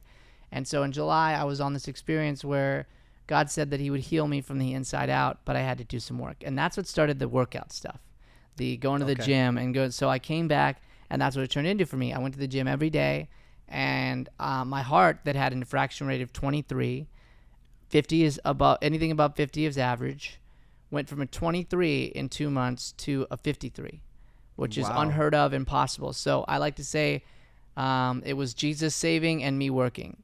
Combo deal, right? So I made the choice. God told me what to do, and then I have a choice to make. Am I going to do it and be consistent? And I did. And then I healed the heart. Well, here's the interesting thing that made hard about that, and then I'll go to your question, was that then I healed the heart, and guess what I stopped doing? Going to the gym. Yeah, you stopped working out. Why? Because you're like, I'm done. I hit my goal. So that's why that's where goals are so important. Yeah. You have to have a goal, past that goal, or else once you finish it, you will just stop doing that thing that was doing so good for you, right? Sure. So what was your question again? I'm sorry. I wanted to understand kind of what your vision is for public speaking. So, you're speaking at GCU on Monday, which is amazing. Like, is that the path forward for you now? Yes, please. Yes. Okay. So it's the acting school and it's the speaking. But the speaking is so, what I feel the story has its purpose, and the acting school is how I live it out each day. And so without doing the acting and showing up to teach with Matt and running this business, there's no fight and story to tell of like yesterday, where I went and decided to teach anyway. Right. And impact. And there's so much impact we have there, and we want to grow that. However, with the speaking, I want that to grow in a major way. I would love to be speaking and specifically, I have a heart for teenagers, young minds, college, like that age, kids even, where their minds are like in that developing stage where they're making major choices, and there's all kinds of impact that they have. And they're really figuring out who they are, And we can figure out who we are at any point in life, obviously. Absolutely. But I feel like the most of that happens in our teenage years and in our college type years, young adulthood, right? And so I have a desire to speak to those young minds and use this story as a way to teach them perspective at a young age. I specifically have a deep heart for doing it for God, for either bringing people to God or making warriors for God. That's why I have this chain that I wear. And it's like, basically reminds me each day that we're at war. And I want to arm young minds to be ready for that. I think that too many young minds are just lukewarm, just like walking through life like, yeah, I know God, but I'm not acting on it. If I took a look at your actions, I wouldn't be able to say, oh, that person's a Christian, right. Or that person knows God. And so it's like, I want to use my story to do that. And where? Everywhere, anywhere that would take me. That is I have a job. I get paid. That is my tithing. That is my way to give back and to give. And so it's like, if anybody's thinking about hiring me because they're like, oh, I don't know if I could afford, it's free. Wow. It may not ever be like, I don't know, I'd like to get a nonprofit working. I have a nonprofit. I'd like to be able to get people to put funds in there that could help with other things. But like right now, it's just like, I just want to go and share this message. I want to do what we're doing right here and be able to help people, impact people. So like recently, and when I came back from July and started doing that stuff, that's when the speaking came up, and God sort of put on my heart, like, you're being selfish. You're being selfish with my story in you. People need to hear it because people need to see that nothing could have done it but God. It happens to be one of those stories that 3%, nothing could have done it but God. Nothing could have given me that first kidney because I wasn't supposed to get it but God. Yeah. This new kidney I'm going to get, or this one's going to get healed, and nothing could do it but God. My story is continually, nothing can do it but God. And here I am sitting around not telling anybody. Like, people need to hear this. I agree. I happen to have an acting background, so I'm a speaker. I'm a comedian. Like, I know how to talk to people and affect them in a way where they're laughing and crying and smiling and all the emotions they need to feel, how to level them up, how to do all this stuff and speak in a way where I know when I'm speaking that you're not feeling it. Yes. Right? Yes. So a lot of times speakers do this speech and they do the same speech, which is fine. Some of them do that, and that's great. That's not me. So my thought, my core is joy outside circumstance through Christ. That's it. Like, that's it. And it's manifested itself differently based on what's going on at each place. Yes. Right? Yes. So this place for GCU this week, it's about with the students. They had somebody at the school that they lost last week, a student. And so they're in a sorrow state right now. They're in a grieving state. And it's like, how to get through that and still find joy and still see God through it is hard. That's what it's going to be about. It's going to be connected to that through my story, right? Wow. And the first one I did back was at Phoenix Christian. It was my first one. I love speaking with teenagers, so I got to do middle school, high school. And the theme was identity in Christ. I used that verse that we talked about at the beginning, that 1 Thessalonians 5:16-18, where we talked about rejoicing. We talked about going to God in prayer, and we talked about what that can mean for us, and that's where their identity lies. And then the next one that I did was at one of my favorites. I've been doing them for years, PVCP up the street. And so we talked about, I did middle school and high school, and it happened to work out where middle school and high school were combined, which never happens with them. Right. But around the holidays, something had switched up. So we start working together, and the theme, always joy, right? Always joy. Every time I go someplace, you're going to end up praying over each other, and you're going to end up high-fiving each other and realizing all that you have. You're going to leave in gratitude. You're going to leave in understanding of all how you can impact every day, and then you're going to leave in understanding God's joy. And so in that one, it was about high schoolers being a light to middle schoolers. And I asked the high schoolers to pray over middle schoolers. And so I told my story of joy and all this stuff, and they got into joy. And to get to watch the upper school pray over middle school, it was amazing. That's like, powerful. Here's this kid who's like, and they don't do it enough. Honestly, ministries don't do it enough because you got middle school, high school, middle school. They just middle keep school them events, separate, high school. yeah. They're so separated, which I understand the reason, but you need to do things combined. If you don't combine, how are the middle schoolers ever going to grow by the high schoolers, and how are the high schoolers ever going to lead them? Yes. You know? Yes. And so that one did that, and then the next one did this, and I got to go back to my high school and talk with them, and like, Cool. just like that was cool. And like, it's all centered in joy outside of bad circumstances, because I'm always going through something. I got the dealt hand. The hand is dealt, and until I die, there will be a form of bad news, good news, bad news, good news roller coaster, and I'm okay with that. And I use that to speak to people's lives. I use my acting skills to be able to connect and make people laugh and grieve and smile, do whatever they need to do. And so if any ministry, my goal would be any ministry, any church wants to have me, I'm there. I'm there. I want to be there so that people can see this message, be impacted, and go out and do what I believe God wants them to do in their lives. Because as you're doing on your podcast, everyone, God can use everyone. He has a mission for everyone, and he's just waiting for you to pull the trigger. You know? I love that, man. Yeah. Wow. It's so powerful.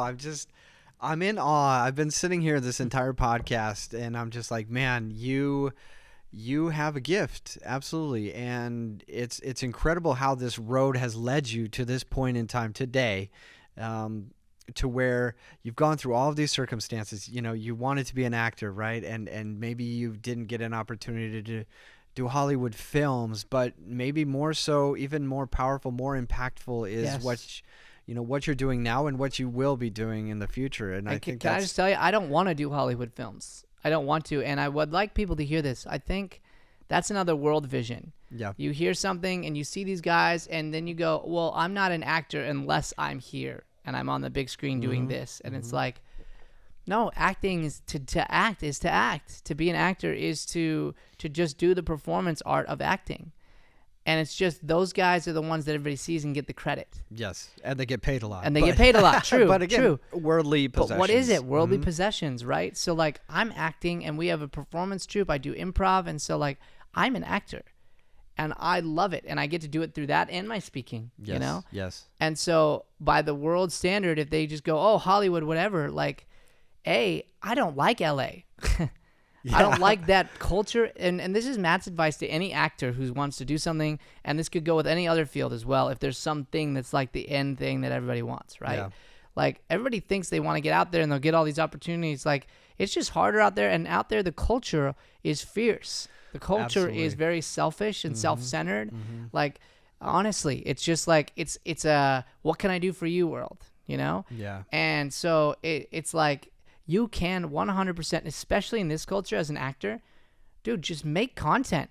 How many people are making money and good money? Good money. If we're talking money, you think, oh, they get the big bucks in Hollywood. Sure, but then you get somebody else is running your life. Yes. You could do a sketch comedy show, and if you're consistent, in like 10 years, I promise you that you will be making money doing that thing, and it will be good for you.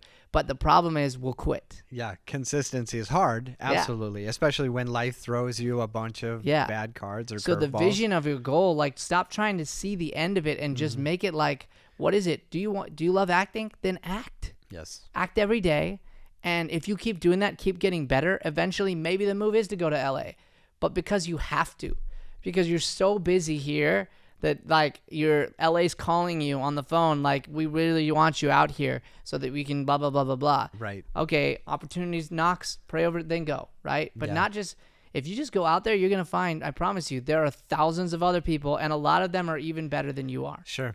You know? And willing to, cutthroat, whatever, do what they need to do to get, it's definitely the rumors of LA being tough and potentially toxic, I think are true 100%. But what you're creating is awesome because I think Thank you. it's even more purposeful work than doing a commercial for, whatever, an ointment through Big Pharma. Right. Or, Sure. you know what I mean? It's still, hey, it's a job. Yeah. Absolutely. We all need to do whatever it takes to get paid and survive. But I like what you're up to, Brian, and it's so purposeful. It's so meaningful. So yes, I guess anybody out there. You mentioned ointment thing. This made me laugh. Also, Okay. And then you could say that. Yeah. One of our teachers, Alexia, just got her first like speaking acting gig.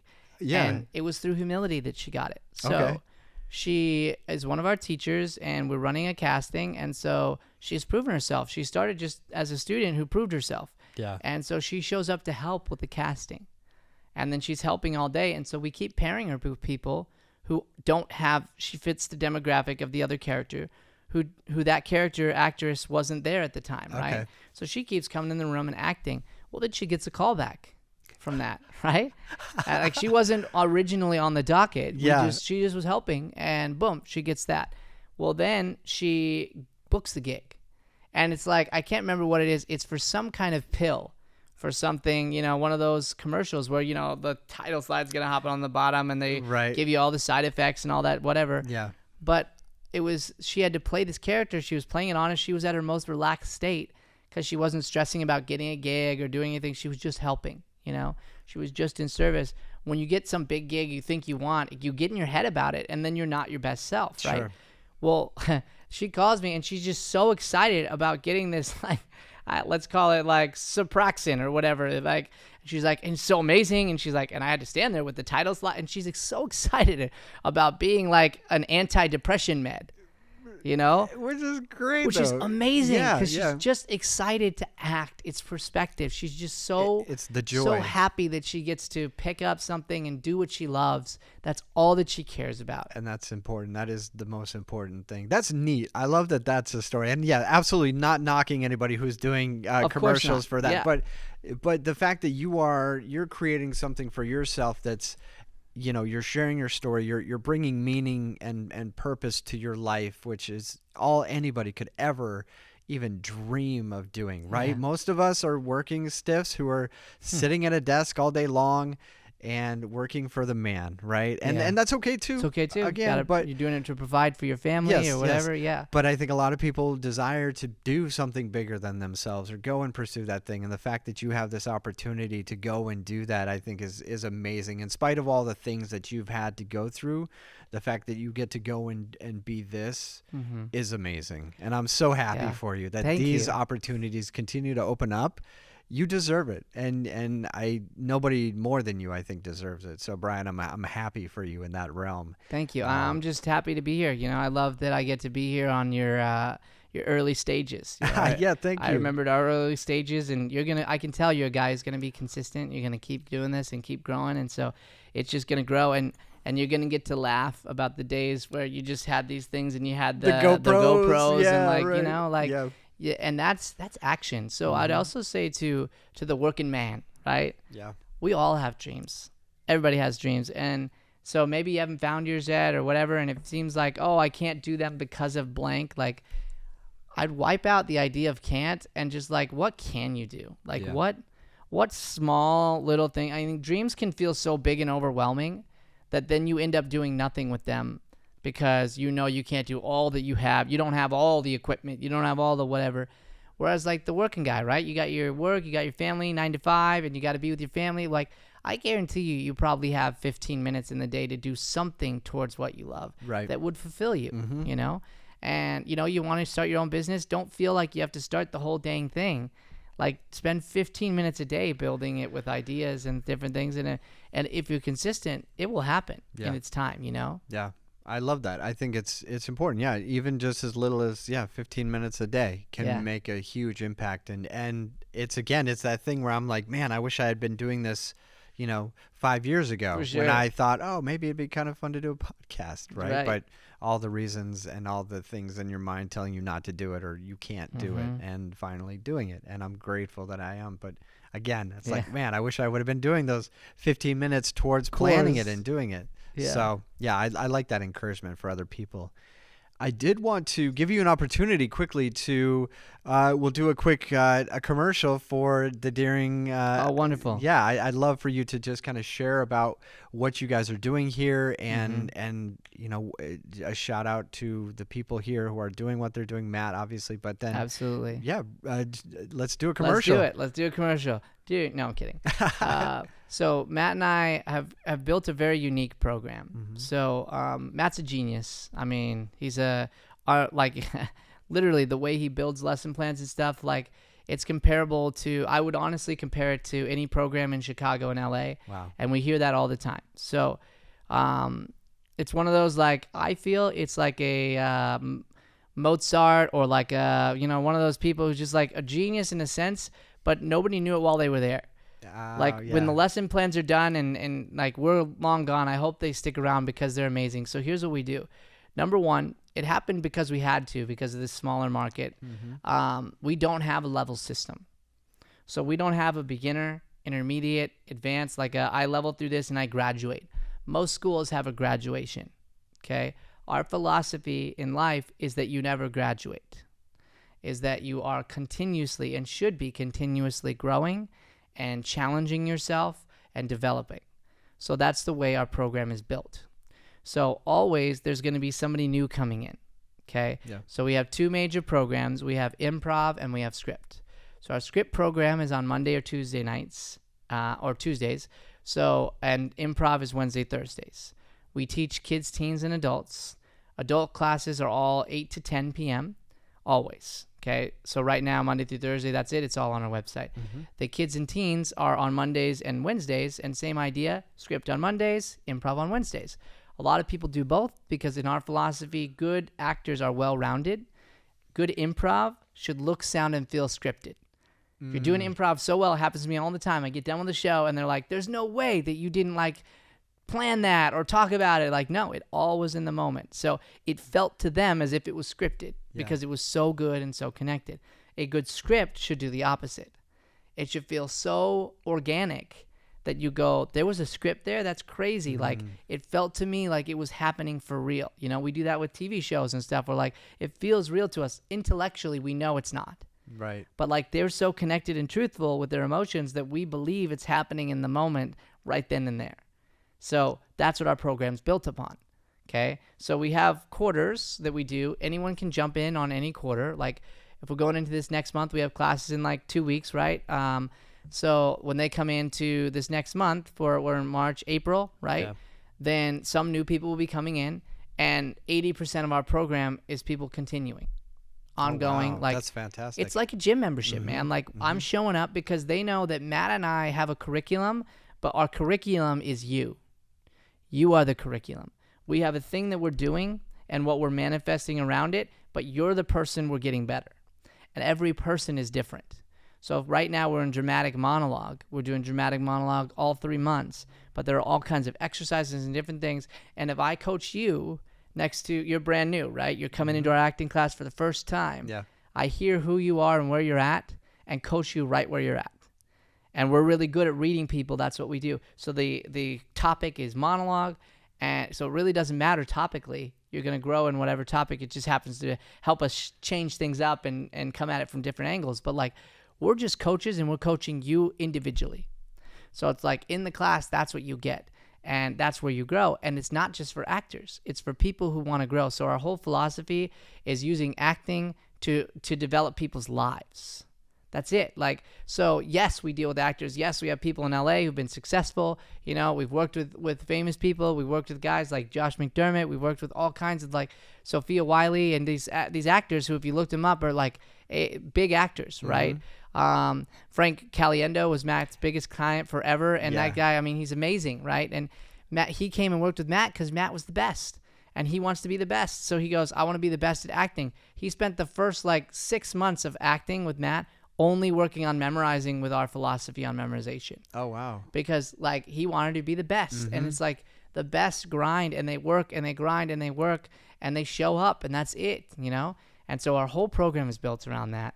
And the beauty of that is it's a lot like on set. When you're on set, you're not all at the same level. You're not all even at the same age. You're just all like working together, especially in the audition room. It's like, it's fair game. I could be next to somebody who's literally the worst actor ever, like on the planet. And I could still have a great audition if I know how to manage that and deal with it. And our classes help you do that. And not only that, it helps you lift up that soul, lift up that person, and teach them through grace and love versus judgment of, I have to work with this actor now. Yeah. You know what I mean? So that's sort of how the program runs. It runs monthly, and you can join at any point. And the classes, they're $225 a month for all 3 classes, 2 hours each week. And then the kids' prices, I don't have that in front of me, but it's a my less than that. Okay. Yeah, and they can visit the website. Absolutely. As well Everything's at deeringstudio.com, and they can go through that. But my encouragement would be, of course, for actors, it's the place to be. We have a master class that you can audit and watch.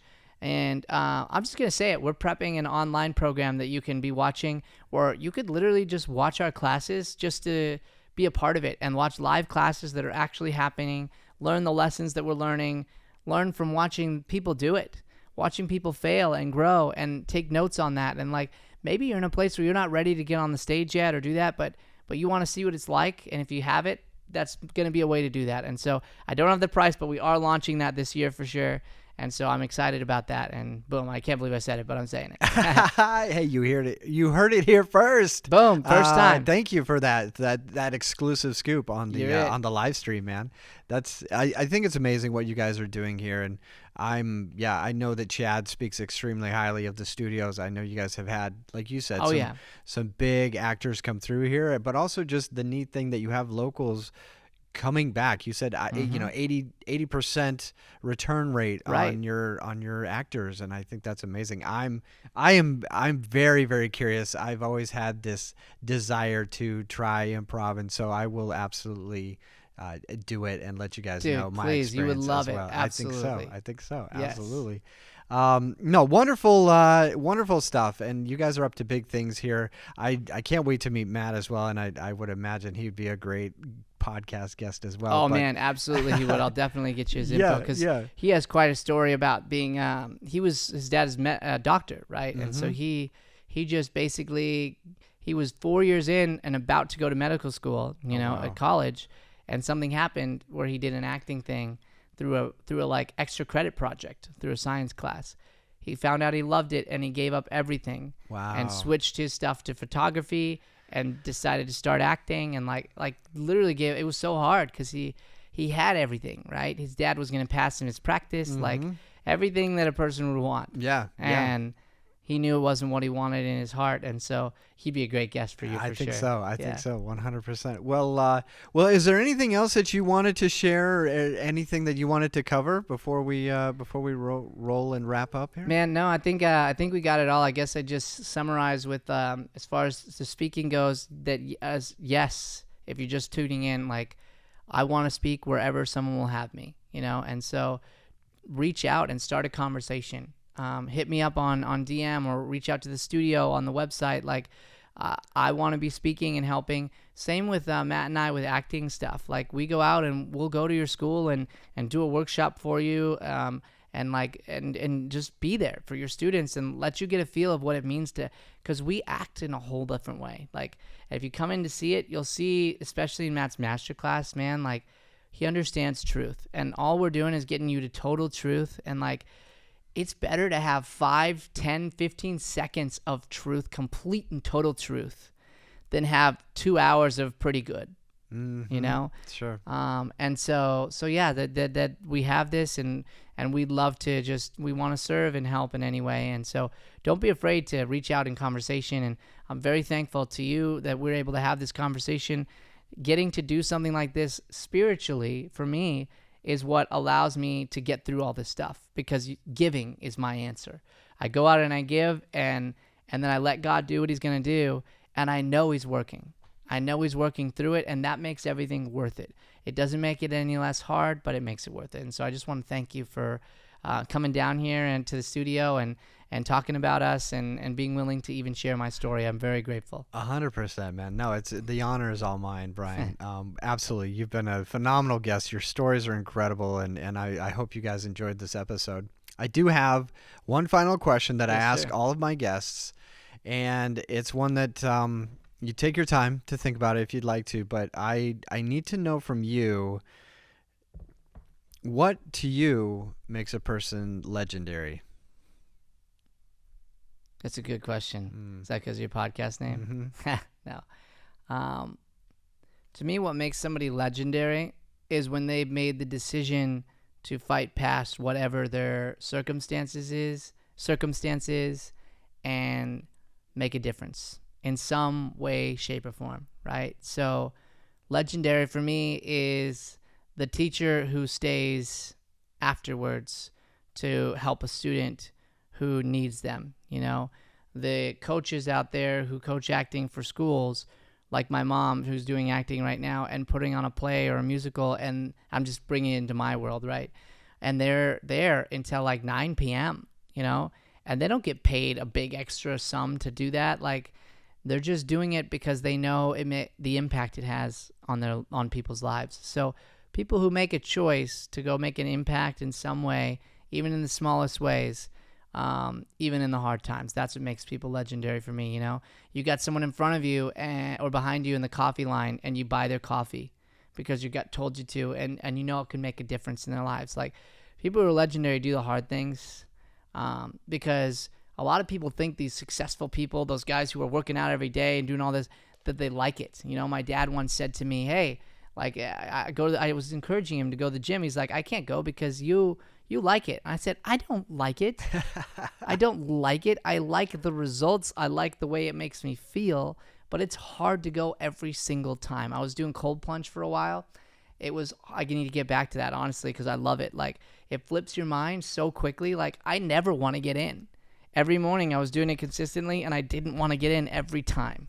Even after consistently doing it for a while, I still didn't want to get in every time. And every time I get out afterwards, I'm happy I did. So legendary is that area where you make the decision to do something that's hard. So, yeah. I love that.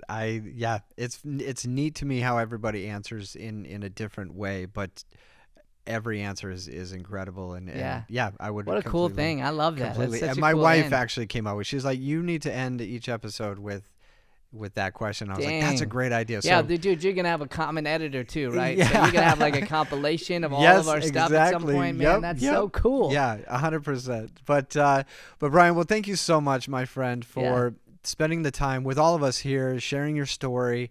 It was absolutely inspirational, and I'm excited to continue to watch you grow and Thank all you. the things that you're going to accomplish. And yes, thank you very much for sharing everything with us. Thank you so much for having me, and thank you to Chad. Shout out for putting up my name. I really appreciate it. No, So. 100%. Thanks, Chad. Appreciate you. But everybody, this has been another episode of the Legends of Zegen. Please don't forget to like and subscribe. Share these stories with your friends, with everybody. They need to be heard. But once again, Brian, you were an incredible guest. Thank you for being here, and we'll see you guys on the next episode. Don't forget, be legendary and stay legendary. Take care, everybody.